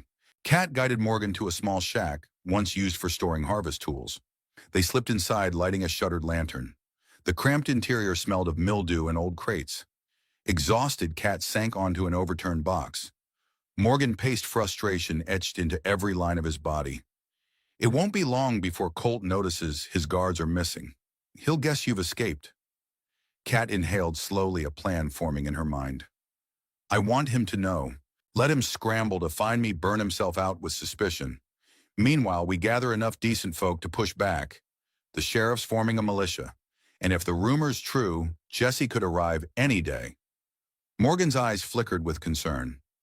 When Jesse comes, he'll bring more men. We might be facing a war here, Kat. Are you sure Dusthaven can handle that? She stared at the lantern's flame, memories swirling of her father, her brother, the man she lost. Dusthaven shouldn't have to handle it. But the Spurs forced this on us. If I run away, Colt will tear the town apart looking for me, or use the folks here as bargaining chips when Jesse arrives. She lifted her gaze. I'm done running. He regarded her with a mix of admiration and sadness. I believe you. He stepped closer, his voice dropping. For what it's worth, I'm sorry about everything that happened before. I can't change the past, but I can help you now. Kat studied him, recalling the old affection they once shared. She'd been naive then, believing in the possibility of redemption within the Bloodspurs. Now she knew better. Still, Morgan stood before her, an unexpected ally. She offered a faint nod. Then let's get through this alive. Lightning flickered outside, illuminating the orchard with a ghostly glow. Kat clutched her pistol, feeling the weight of all that was yet to come. So many threads were converging: the town's fragile militia, Colt's unraveling leadership, Jesse's imminent arrival, and now Morgan's reappearance. Part of her longed for a simple life, but that dream had died the day she witnessed Jesse kill the man she loved. She would see this through no matter the cost. Kat Mallory listened to the tap-tap-tap of rain on the shack's tin roof arms, wrapped around her knees as she sat on the creaking floorboards. A single lantern cast wavering light on the worn features of Morgan Pike, who paced across from her. They had holed up here for hours, ever since Kat's dramatic rescue from Colt's barn. Now the storm had lulled to a dreary drizzle, and the orchard outside was full of ghostly silhouettes in the moonlight. They'll be looking for us, Morgan said, his voice low. Once Colt discovers Baird and Knox senseless, he'll unleash the entire gang. Kat nodded, exhaustion tugging at her limbs. Her wrists still stung where the rope had chafed. We can't hide forever. Jesse's arrival will stir even more chaos. Sheriff Bennett is preparing a militia, but with the outlaws on high alert, we might not have time to gather a real force. Morgan halted, raking a hand through his damp hair. Then we do the unthinkable, face Colt head-on before the rest of the Bloodspurs converge. If we can capture him, we'll break his hold on the men. Kat stared at the lantern's dancing flame, the memory of 2 executed outlaws flashing in her mind. He's killed his own men to keep control. We'll need a plan that doesn't involve a suicidal shootout. Morgan grunted. Easier said than done. We should rendezvous with Bennett's militia tonight while we still can. A gust of wind rattled the shack's flimsy walls, making them shiver. Kat rose slowly, her body protesting each movement. All right, let's make our way back toward town, but carefully. She grabbed the pistol at her belt, feeling the familiar weight. Once she had vowed never to fire a gun again. Now that vow lay in tatters, overshadowed by the grim necessity of defending Dusthaven from the ruthless men who threatened it. Morgan tucked his revolver into the waistband of his jeans. Lead the way. Together they slipped out into the orchard, stepping over tangled roots and squelching mud. Overhead clouds drifted across a half-moon, painting everything in shifting shades of gray. Kat navigated by memory of years living on this land, skirting a decrepit fence that barely stood upright. She spotted the faint glow of lamplight in the distant Dusthaven, restless under the Outlaws' oppressive presence. They approached the edge of town by dawn's early haze. Even from a distance, they saw Outlaws pacing the main street. Colt had posted guards at every corner. Kat grimaced. Sneaking into Bennett's office wouldn't be easy. They skirted behind the general store, creeping between stacks of wooden crates. The store's back door was locked, but Morgan produced a small pry tool from his jacket, carefully easing it open with minimal noise. Once inside, they realized they weren't alone. Thomas, the teenage boy Kat had saved from execution, stood near a dimly lit corner, rummaging for supplies. He nearly dropped a tin of beans when he saw them. "Miss Kat," he gasped, eyes darting to Morgan. Are you all right? I heard Colt's men captured you." Kat managed a weary smile. "I got out. Are you okay? You vanished after that day in the street." Thomas nodded anxiously. "I've been hiding. Colt's men keep harassing folks trying to find you. They said they'll kill anyone who helps you." Morgan shot a questioning glance at Kat. She gave him a subtle nod. Thomas had proven his loyalty once. But doubt lingered in her mind. Jesse was known for planting moles, and the boy had a habit of overhearing things. Still, she had no reason to suspect him of treachery yet. "We need to reach the sheriff," Kat whispered. "Is he still in his office?" Thomas swallowed. "I think so. He's been moving around town at night talking to people. He told me to stay away from the main street, too risky." Morgan exhaled. "Then we move." "Come with us, Thomas. Another pair of eyes can't hurt." Thomas nodded eagerly. "I'll help however I can." They slipped through back alleys, flitting from shadow to shadow. The town was eerily quiet at this early hour, with only the occasional boot scrape or murmur of voices from patrolling outlaws. A few times Kat caught glimpses of them, 2 or 3 men in battered duster coats, rifles slung over their shoulders, scanning windows for signs of movement. At last they reached the sheriff's office. Kat rapped lightly on the side window. After a tense moment, a sleepy-eyed deputy peered out, recognized Kat, and opened the door. Inside, the lamps were low, and Sheriff Clay Bennett stood near the back, mapping out positions on a wrinkled piece of paper. He looked up, relief flooding his features when he saw Kat and Morgan. "Thank God you're alive," Bennett breathed, gesturing them in. "Colt has half the town in a stranglehold searching for you." Kat nodded grimly. "We saw the patrols. Sheriff, how many men can we rely on?"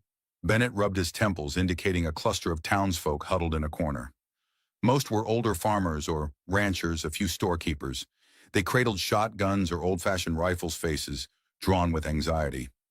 "I have about a dozen volunteers, some more reliable with a gun than others. They're here to protect Dusthaven, but they're no match for the Bloodspurs if we face them head-on." Morgan studied the group, expression grim. "They'd get slaughtered in a straight fight. Do you have any plan beyond hold-up defense?" The sheriff frowned. "We were hoping you might have a suggestion. If Jesse Mallory arrives with reinforcements, it's game over."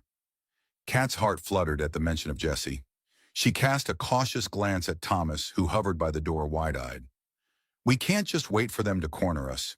We need to lure Colt away from his men or incite a mutiny before Jesse comes.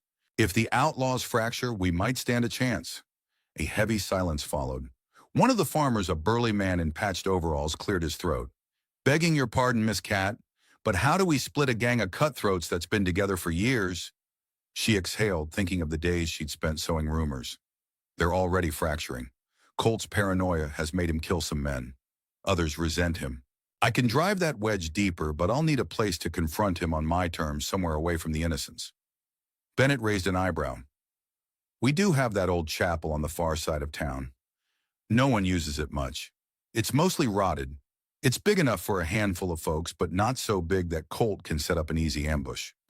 A faint memory of the chapel tugged at Kat's mind, a broken cross, splintered pews. She remembered wandering there once, searching for solace after her husband's death. That might work. If I can lure Colt into thinking I'll surrender at the chapel, And if enough of his men come along, maybe we can whittle down his numbers. Morgan crossed his arms. It's a risk.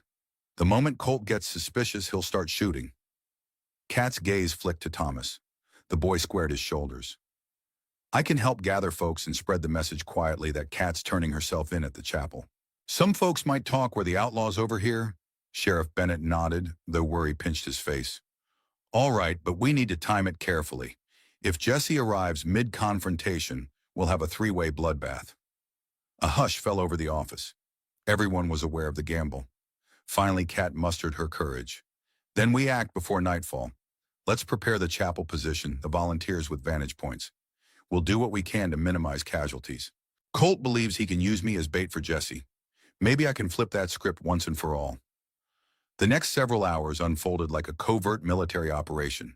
Small teams fanned out quietly, moving crates of ammunition to vantage spots around the chapel. Kat and Morgan scouted the interior, noting half-collapsed pews, an old wooden pulpit, shattered stained glass windows that let in dusty light. The building creaked in the slightest breeze, the paint peeling from walls that once were white. Despite the building's disrepair, it offered cover. Morgan pointed to the rafters overhead. We can place a rifleman up there if the beams aren't too rotted. Kat tested the floorboards near the pulpit. We can make it look like I'm cornered here. That's where Colt will want me center stage. The sheriff's militia can hide in the side rooms or behind the pews. They work swiftly, tension palpable. Outside, Bennett and his volunteers placed themselves at strategic spots around the chapel's perimeter, ready to converge if the confrontation spilled outside. The plan was crude, but it was the best they had. By mid-afternoon, Kat stood in the chapel aisle, hands on her hips surveying the results. She had a vantage that let her see the main entrance. If the confrontation went wrong, she might have a split second to dive for cover. Her heart pounded at the thought. Death seemed all too real. Morgan broke the silence. And if Jesse shows up early, Kat shook her head grimly. We stick to the plan. We can't run forever. They locked eyes and Morgan offered a faint, encouraging smile. We'll get through this. Together. Kat gave a small nod, trying to ignore the swirl of emotions roiling inside her. Focus, she told herself. Once Colt was taken down, she'd still have to face her brother. And if she failed, the entire town would pay the price. Word of Kat's planned surrender leaked through carefully orchestrated gossip. Thomas took the lead, pretending to be outraged. He loudly told the saloon keeper's wife Kat's ready to quit. She said she'll end this to spare the town, ensuring that at least one of Colt's informants overheard. By late afternoon, the rumor reached the outlaw circle. Colt's reaction was immediate. He had men scour the outskirts for any sign of Kat or Morgan, but the plan was so widely repeated that he couldn't ignore it. Kat would come to the old chapel at dusk alone to negotiate. Surrender or not, it promised a chance for Colt to seize her without leveling the entire town in a manhunt. Standing outside the saloon, Colt smoked a cigar as scar-faced Baird, newly bruised but determined, approached him. Baird hadn't told Colt of Morgan's involvement in his beating, perhaps out of fear or embarrassment. Instead, he muttered, "Boss, it could be a trap." Colt spat. "Of course it's a trap, but we'll be ready. We'll bring enough men to surround that old dump. Once I have Kat, the rest of them can hang for all I care." Baird nodded uneasily. He glanced at the men milling around, about a dozen outlaws, some nursing injuries or resentments. Tensions flared beneath the surface, but Colt's iron grip kept them in line. For now. At last, dusk settled in. A hazy orange glow bathed the horizon as the outlaws saddled up, weapons gleaming in the low light. Colt led the procession toward the chapel, the thunder of hooves echoing across the desert. The plan was set in motion. There was no turning back. Inside the chapel, Kat knelt behind the pulpit, head bowed in a semblance of prayer. She wasn't religious, but in that moment she offered a silent plea. Let me end this without more innocent blood. Let me be strong enough. Morgan crouched behind a toppled pew, to her left, pistol in hand. Two volunteer riflemen lay in the rafters, hidden by shadows, hearts pounding. Sheriff Bennett and half a dozen militiamen waited in side rooms, each armed with old shotguns or hunting rifles. If the door burst open, they'd form a line of fire. Darkness had nearly swallowed the interior when a heavy sound of boots and spurs approached. Colt's voice called from outside Mallory. "Come on out if you're serious about surrender." A hush fell. Kat took one more trembling breath, then rose to her feet.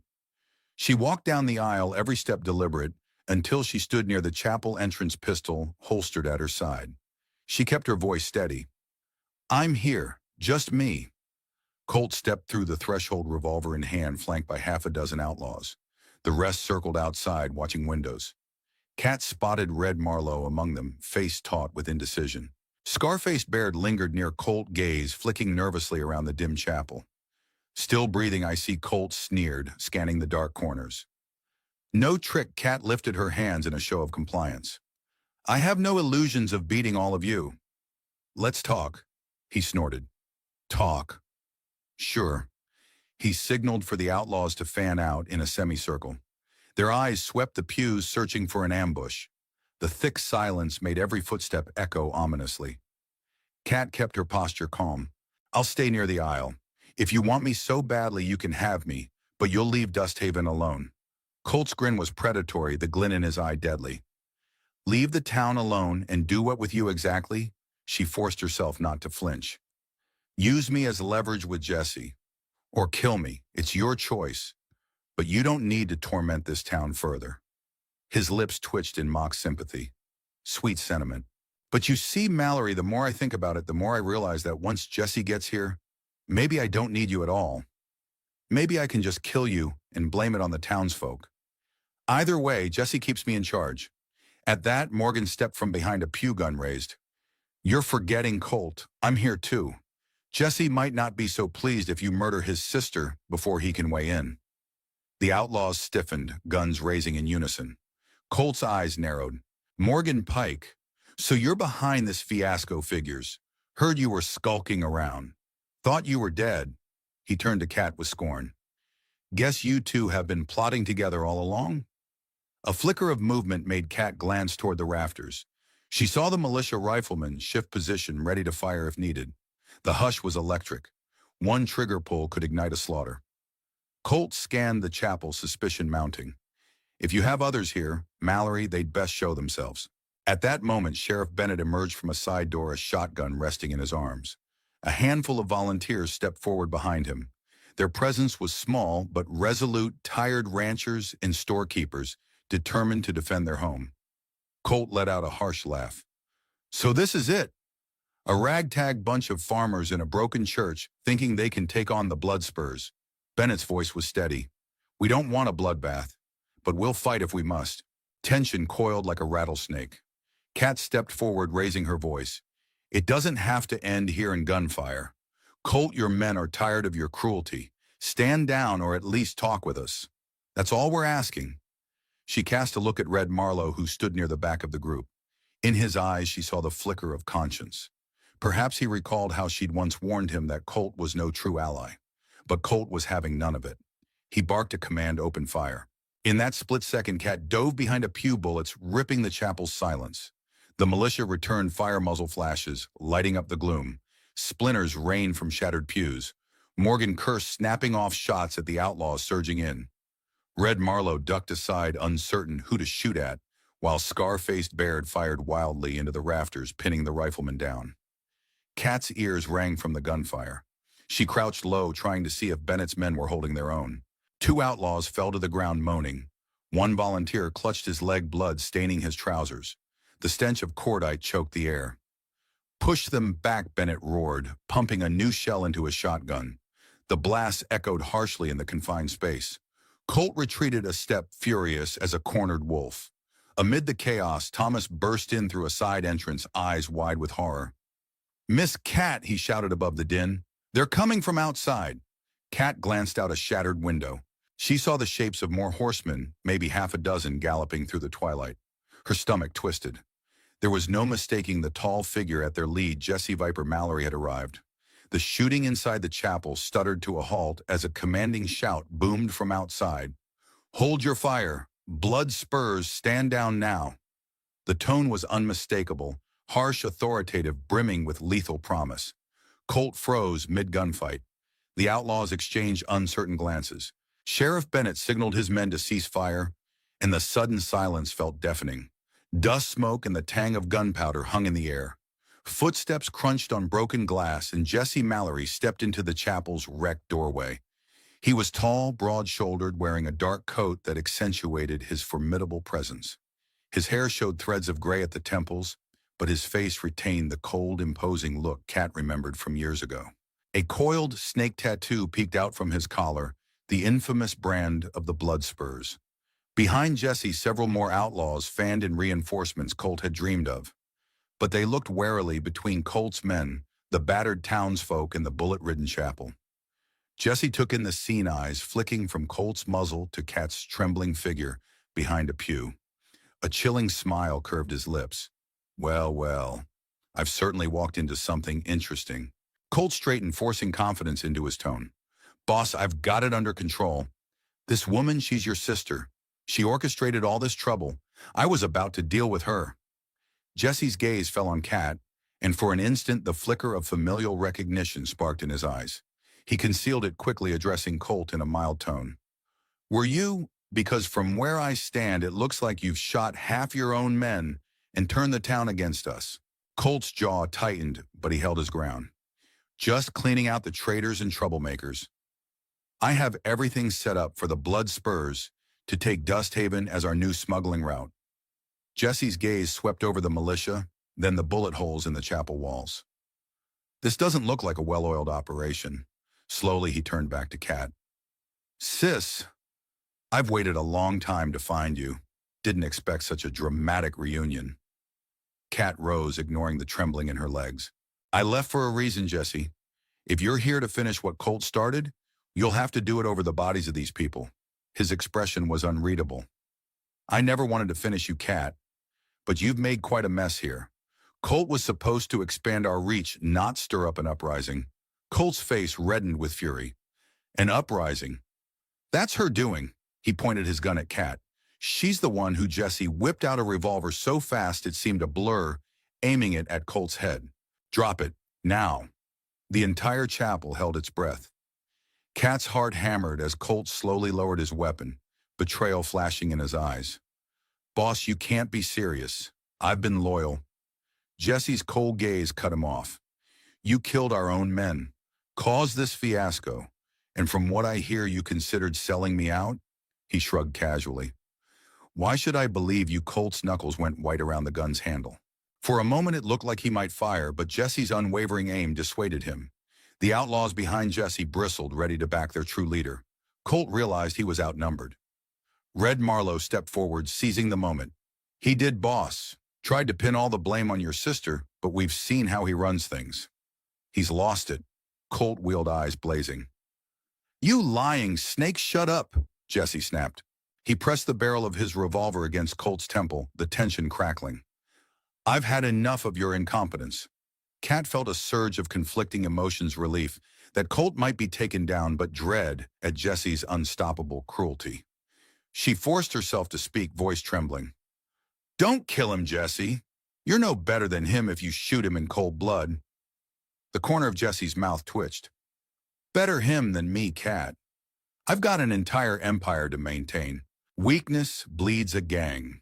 Morgan, still behind a pew, called out, You once told me the blood spurs stuck together no matter what. Has that changed, Jesse? Jesse didn't glance back. Loyalty is earned, not a right. Colt lost that privilege. The chapel was dead silent, all eyes on the impending execution. Kat's heart thumped, memories of how Jesse had killed the man she loved replaying in her mind. She stepped forward, ignoring the rifles aimed in her direction. If you kill him now, you'll confirm every fear these people have of you. There'll be no redemption, no chance to settle this without more blood. A flicker of annoyance crossed Jesse's face. Redemption? That's never been my concern. But I'll humor you, Kat. He angled his gun slightly away from Colt's head. I'll let him live if he stands trial by the Blood Spurs Code. He glanced at his own men. We'll see if he can defend his actions. Colt exhaled shakily, though rage still twisted his features. He spat at Kat's feet. You think this is over just because Jesse waltzed in? He turned to Jesse, voice trembling with bitterness. I've done everything you asked. If there's blame, it's on her. She's the one who's been messing with us, stirring rebellion. Jesse raised a hand, cutting him off. She's my sister. I'll handle her personally. Jesse lowered his revolver, stepping into the chapel aisle. His men parted, letting him approach Kat. She stood her ground near the pulpit, the flickering lantern light revealing the strain in her face. She could almost feel the tension radiating from him. He spoke softly so that only she and a few nearby could hear. I heard rumors you were out here living a quiet life. I never wanted to drag you back in. But your meddling with Colt forced my hand. Her jaw clenched. My meddling, you destroyed my life long before I ever set foot in Dusthaven, Jesse. You killed the man I loved. His expression flickered with something like regret, then hardened. He was a traitor to the gang. He was my husband, she hissed, voice cracking with long-buried grief. You never saw reason, never tried to find another way. Jesse's men watched with curiosity while Bennett and the militia hovered tensely, uncertain whether to intervene. Morgan moved closer, hand near his gun, but Cat gave him a subtle headshake. Not yet. Jesse lowered his voice further, bitterness lacing his tone. I kept you safe all those years. Cat taught you everything. Our father wanted us to run the Spurs together, but you chose to leave. That was your betrayal. She stared at him through burning eyes. I chose a different life, one without bloodshed. That's not betrayal, that's survival. He exhaled sharply as if searching for words. You've made your choice, and I made mine. The question is, what now? A hush fell, everyone waiting to see if Cat and Jesse would shoot each other, or if some uneasy truce might arise. Cat felt the crushing weight of eyes on them. She swallowed. I want you to leave Dusthaven. Take what men you have left and go. Jesse huffed a grim laugh. So you can stay, continue whatever little existence you've carved out. Yes, she said through clenched teeth, so these people can live in peace. He gazed around at the battered pews, the bullet-ridden walls, and the frightened militia. This town means nothing to me, Cat, but I can't just walk away. Not after all this. I'll lose face with the gang. They'll think I've gone soft. Cat's eyes flickered with determination. Then maybe it's time you let the blood spurs go. They've corrupted you, turned you into a monster. A flash of anger crossed his face. Is that what you think, that I'm beyond saving? She braced herself. You decide whether you want to be saved, Jesse. It doesn't have to end in more blood. You can stand down, or what? He snapped, a voice rising. Or I die, you'd kill your own brother. Cat's breath caught in her throat. She'd sworn to avoid lethal force, but if Jesse attacked, what choice did she have? Her gun felt too heavy at her hip. If you push me to it, she whispered, I won't stand by and let you slaughter innocents. A tense beat pulsed. Then Jesse let out a slow exhale, dropping his gaze momentarily. I see. So you've grown that strong. Before Jesse could respond further, a sudden commotion erupted outside the chapel. Hoofbeats thundered, followed by startled shouts. One of Jesse's outriders stumbled in, gasping, Boss, we got trouble. I saw he's back. The man didn't finish. A gunshot rang out from the darkness and the outrider collapsed, a crimson stain spreading across his chest. Panic flared. Cat dove for cover behind a pew. Morgan scrambled to the side, and the chapel's entire population braced for an onslaught. Amid the confusion, a figure stepped into the doorway, a gaunt man with hollow eyes and a tattered coat brandishing a rifle. Gasps echoed among the outlaws who recognized him. He seemed like a specter from a forgotten grave. Caleb Hartley, one of Jesse's men, muttered in disbelief. We left you for dead in Purgatory Gulch 2 years ago. A grim smile crossed Caleb's lips as he pointed the rifle at Jesse. You sure as hell tried Viper, but a bullet in the chest wasn't enough to kill me. I've been tracking you, waiting for my chance. Cat's pulse hammered. This was the man rumored to have died in a botched robbery, once a Bloodspurs member, yet here he stood alive, thirsting for vengeance. Jesse's eyes narrowed, a hint of real surprise crossing his features. Caleb, he said quietly, you lost your nerve during that job. I had no choice. Caleb's voice trembled with rage. No choice but to leave me to bleed out in the desert. You turned on me just like you turned on so many. I was your friend once. Now I've come for my pound of flesh. A hush fell. Twista number 4 had arrived. A man everyone believed dead was back for vengeance. Jesse's men wavered, uncertain whether to protect their leader or let the two men settle an old score. Colt, too, looked on with a twisted grin, as if hoping Caleb would finish Jesse off. Cat realized the precariousness of the moment. If Caleb gunned Jesse down, The entire situation could spiral into chaos. She rose cautiously, voice cutting through the tension. "Caleb, you don't have to do this," he laughed bitterly. "Don't I, Jesse destroyed my life, left me praying for death on a desert floor." He glanced around at the battered chapel. "Looks like I'm not the only one with a score to settle." Morgan raised a placating hand. "We all do. But if you open fire now, you'll spark a massacre." Caleb's glare flicked to Morgan. "I know you, Pike. Another traitor who ran out on the spurs. Are you here to shield this devil?" He pointed the rifle at Jesse, finger tensed on the trigger. Jesse stood very still. "Go ahead, Caleb, if you think you'll get out alive after." That challenge ignited the fuse. Caleb fired. Jesse dodged the bullet, splintering a pew. The chapel exploded into pandemonium, outlaws drawing guns, militiamen ducking for cover. Kat dropped to the floor, returning fire at a gunman who aimed at her from the side. Morgan raced to tackle Caleb, but the furious man eluded him, firing another shot at Jesse. This time it grazed Jesse's arm, drawing blood. Caleb stopped, Kat yelled, but her voice was lost in the chaos. Bullets whined off wooden beams, sending splinters raining down. At the far corner, a wounded volunteer moaned in pain. Red Marlowe fired wildly at Colt's men, who returned the favor. Colt himself seized the chance to slip behind a pew, reloading his revolver with shaking hands and a murderous glare. Amid the swirling gunfire, Jesse lunged behind the pulpit, pressing a hand to his bleeding arm. He stared at the crimson, staining his fingers, anger blazing in his eyes. Another shot from Caleb smacked the pulpit's edge, inches from Jesse's head. Kat braced herself, heart hammering, torn between stopping Caleb's rampage and letting him remove the greatest threat. Suddenly, Kat saw a figure weaving through the pews, a young figure. Her stomach dropped. Thomas was pressing forward, ignoring the bullets. He shouted her name, face pale. "Miss Kat, where are you?" She waved frantically, urging him back. "Thomas, get down," but Thomas kept moving toward her, rifle in hand. Then in a staggering twist, he lifted the barrel, aimed not at Colt or the outlaws, but at Kat. Shock jolted her. She froze, confusion tearing through her mind. Thomas's voice cracked. I'm sorry, Miss Kat. I tried to keep this up, but I can't anymore. Jesse told me long ago to watch you.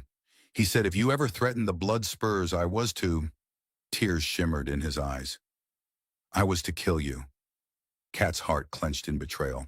The boy she had saved, the boy she had tried to protect, twist number 5. He was Jesse's hidden ace. She had helped him, but he was the final threat. Her breath caught her pistol dangling at her side. She couldn't bring herself to raise it against him. Morgan, hunched behind a pew, shouted in alarm, "Thomas, no!" He tried to lunge forward, but another spray of gunfire forced him to duck. Thomas's rifle shook in his trembling hands, tears streaming down his cheeks. "I owe Jesse my life. He took me in, taught me how to survive. I was supposed to be your friend so I could watch over you. But then you saved me from Colt's men, and I..." His voice broke, confusion and guilt twisting his features. "I'm sorry." Kat locked eyes with him, heartbreak flooding her. "Thomas, you don't have to do this. I forgive you. Just put the gun down." He stared at her hands, shaking so badly the rifle barrel wobbled. "If I don't do it, Jesse will never trust me. He'll kill me." Across the chapel, Jesse glared at the boy. "Thomas, don't be weak. Finish her if you want to remain in my favor." Morgan's outraged voice echoed. "Jesse, you sick bastard. He's just a kid." A savage grin twisted Jesse's lips despite his bleeding arm. "He's a blood spur, same as the rest of us. If he can't do the deed, he's worthless." Thomas's eyes darted between Jesse and Kat. Then the rifle swung slightly toward Jesse, indecision raging. "This is wrong," he whispered. "You used me, both of you. I don't know what to do." Kat stepped closer, hands out in a pacifying gesture. Bullets and chaos raged around them, but she focused on the trembling teen. "Thomas, you can choose right now to stop. Whatever Jesse offered you, freedom, loyalty, it's a lie if it costs you your conscience. You can end this cycle." Thomas whimpered, tears streaking through dust on his cheeks. He lowered the rifle a fraction. Then a gunshot rang out behind him. He jerked and a dark bloom spread across his shirt. Kat's horror screamed through her throat. Thomas stumbled, dropping the rifle, eyes wide in shock. Behind him, Colt stood with smoking revolver in hand, a murderous sneer on his face. No more confusion. The boy was in the way. Fury ignited in Kat, a primal roar ripping from her as she aimed her pistol. She fired a single shot that caught Colt in the shoulder, spinning him against a shattered pew. He howled in pain, clutching the wound. Kat lunged to catch Thomas before he hit the ground. Blood seeped across the teen's chest. He gazed up at Kat, lips moving silently. She cradled him, pressing a hand to the wound, tears burning her eyes. "Hold on, Thomas. You'll be okay." But she knew the truth. His pulse fluttered weakly against her fingers. He managed a strangled breath. I wanted to help. You. I'm sorry." Then his eyes slid shut, breath leaking away like the last wisp of a candle flame. Kat bit back a sob, gently laying his head down. Rage surged white-hot. She turned to Colt, who writhed against the pew, teeth bared in pain. Morgan also aimed his gun at Colt, face twisted with fury. But Kat locked eyes with Morgan, a silent command passing between them. "Don't kill him in cold blood." Instead, Morgan stepped forward and slammed the butt of his pistol against Colt's head, knocking him unconscious. Gunfire had died to sporadic pops. Caleb and Jesse circled each other near the pulpit, both wounded. Jesse bled from a graze on his temple, and Caleb nursed a bullet through his side. The outlaws who remained loyal to Jesse had pinned down the sheriff's volunteers, while others fled or hid. The entire chapel was a smoldering ruin of fear, betrayal, and death. Cat breath, coming in ragged gasps, rose from Thomas's lifeless form. She picked her pistol off the floor, heart pounding. Enough was enough. She strode toward Jesse and Caleb, who glared at each other through clenched teeth. Caleb staggered, raising his rifle for a final shot at Jesse, but his blood loss was too great. He collapsed to one knee, still determined to pull the trigger. Jesse snarled, about to deliver a finishing shot. Kat stepped between them, leveling her pistol at her brother. "Stop," she commanded. "This ends now, Jesse." He blinked, chest heaving. "Get out of my way, Kat." His own gun aimed at Caleb's head. She squared her shoulders, voice hoarse. "You'll have to shoot me first." Jesse's hand trembled. For the first time, Kat saw real conflict in his eyes. Not cold emptiness, but a storm of emotions swirling behind them. "Don't force this." "I'm not forcing anything," Kat said, tears sliding down her cheeks. "I'm giving you a chance. Surrender. Walk away. Let these people live, and maybe there's still hope for you. But if you pull that trigger, you'll lose the last shred of humanity you have." A flicker of memory passed between them. Childhood days, their father's lessons, the time they survived in a desert cave with only each other. Jesse's jaw clenched. Then, in a sudden surge of desperation, he swung his gun toward Kat.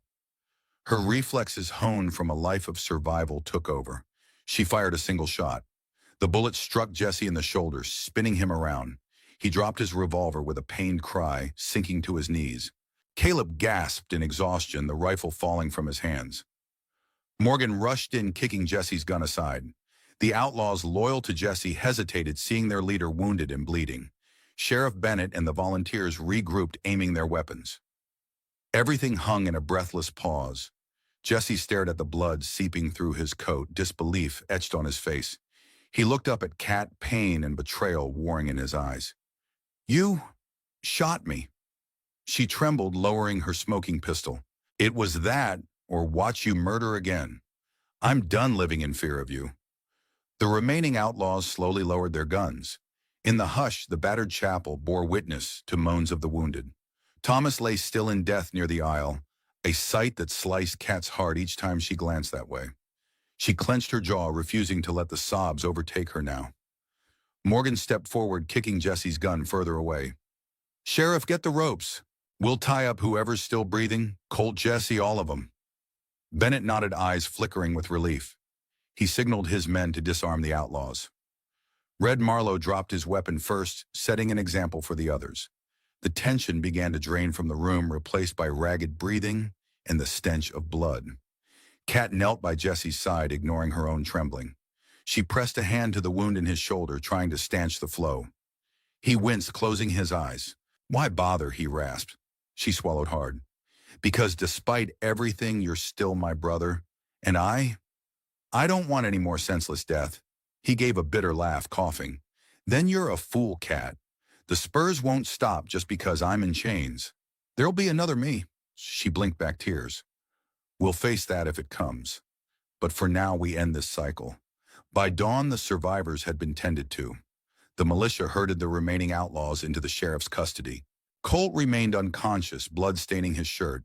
Caleb hovered near death, refusing a doctor, but Kat insisted on dragging him to a makeshift cot in the chapel's side room.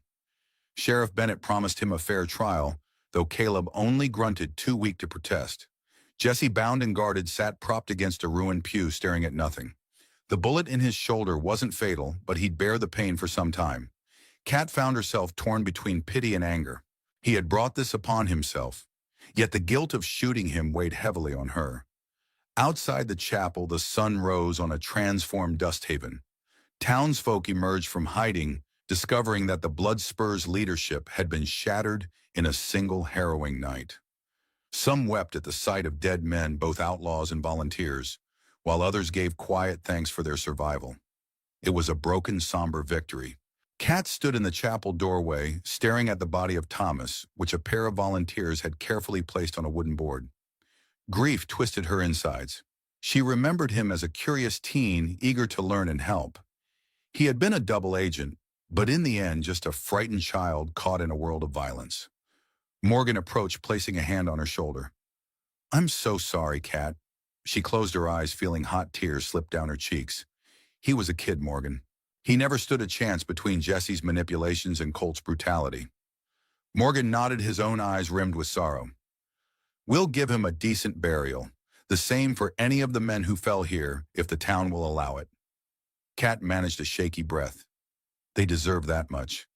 Even if they made terrible choices, they were still human. For the next few days, Dust Haven reeled from the aftermath. Sheriff Bennett organized a formal incarceration for Jesse, Colt, and the others. He sent word to territorial authorities that the Bloodspur's leaders had been captured. Kat found herself acting as an unofficial deputy, helping direct repairs to the chapel and checking on the wounded. Caleb Hartley slipped into a fever from his bullet wound. In a moment of lucidness, he clasped Kat's hand and mumbled, "I wanted revenge, but you showed mercy. Thank you." She hoped he might recover enough to face justice or find a path of redemption. Morgan stayed by Kat's side, refusing to let old ghosts pull them apart again. She sensed his genuine remorse over the years of betrayal and half-truths. He seemed determined to atone, assisting any townsfolk who needed help rebuilding or burying the dead. A silent bond of survival knitted them closer, though neither dared speak of the future yet. Finally, the day came when a small detachment of territorial soldiers arrived. Jesse and Colt were turned over to them, bound in chains. Dust Haven lined the street as they were led away, some spitting curses, others merely relieved. Jesse limped, his shoulder, heavily bandaged face impassive. He never once looked back at Kat. She watched from the boardwalk, arms folded, heart heavy. Morgan stood beside her. "Will they hang him?" he asked quietly.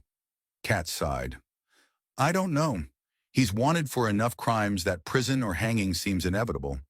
I suppose that's his path now." They fell silent as the wagon rumbled away. Sheriff Bennett joined them, removing his hat in the morning sun. "We owe you our thanks, Kat. If you hadn't stood up to Colt and Jesse, I don't know if Dust Haven would still be standing." Kat gave a half-smile, weary to her core. "I just wish it hadn't cost so many lives." Bennett nodded, gazing at the distant horizon. "We'll feel the scars for a long time, but I promise we'll rebuild, and we'll never forget who helped us." The next sunrise found Kat standing at the edge of Dust Haven, a small pack slung over her shoulder. She gazed at the quiet street, thinking of the townspeople she'd come to know, Mary Lou, the stable hand she'd saved, Molly Benson, whose husband was among those captured, the volunteers who risked everything to keep their home, and Thomas's grave, a simple wooden cross on a small rise east of town. Morgan approached with cautious steps. Heading out, she nodded, lips pressed together. "I need to. After all that's happened, I can't stay. I feel responsible for the trouble, even if I tried to stop it. Dust Haven deserves to heal without more reminders of what happened here." He studied her face. "Where will you go?" A faint shrug. "Somewhere quiet, maybe. Start over.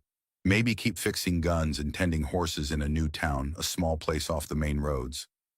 Morgan glanced around, uncertainty in his eyes. "I might come with you, if you'll have me.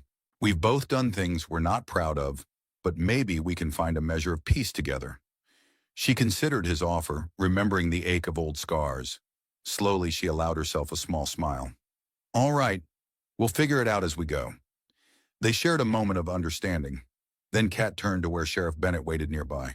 She extended her hand. Thank you, Sheriff, for giving me a chance, for trusting me even after everything. He shook it firmly. I should be the one thanking you. Good luck, Kat. Try not to land in any more outlaw trouble. She let out a soft, rueful laugh. I'll do my best. With that, she and Morgan started down the dusty road, leaving Dusthaven behind. The town had survived the Bloodspurs incursion, battered but unbroken. Jesse Mallory's reign had come to an end. For Kat, the future was uncertain, but she carried a glimmer of hope that maybe finally she could escape the shadow of her family's legacy. As the morning sun climbed higher, she felt the warmth on her shoulders, a reminder that life went on. Her heart still ached for Thomas and all the others lost in the crossfire, but she carried their memory as a testament to why she had done what she did to break the cycle of violence that had defined her past. And so Kat Mallory stepped forward, forging a new path beyond vengeance and regret, determined that the next chapter of her life would be written not in blood, but in the fragile promise of redemption.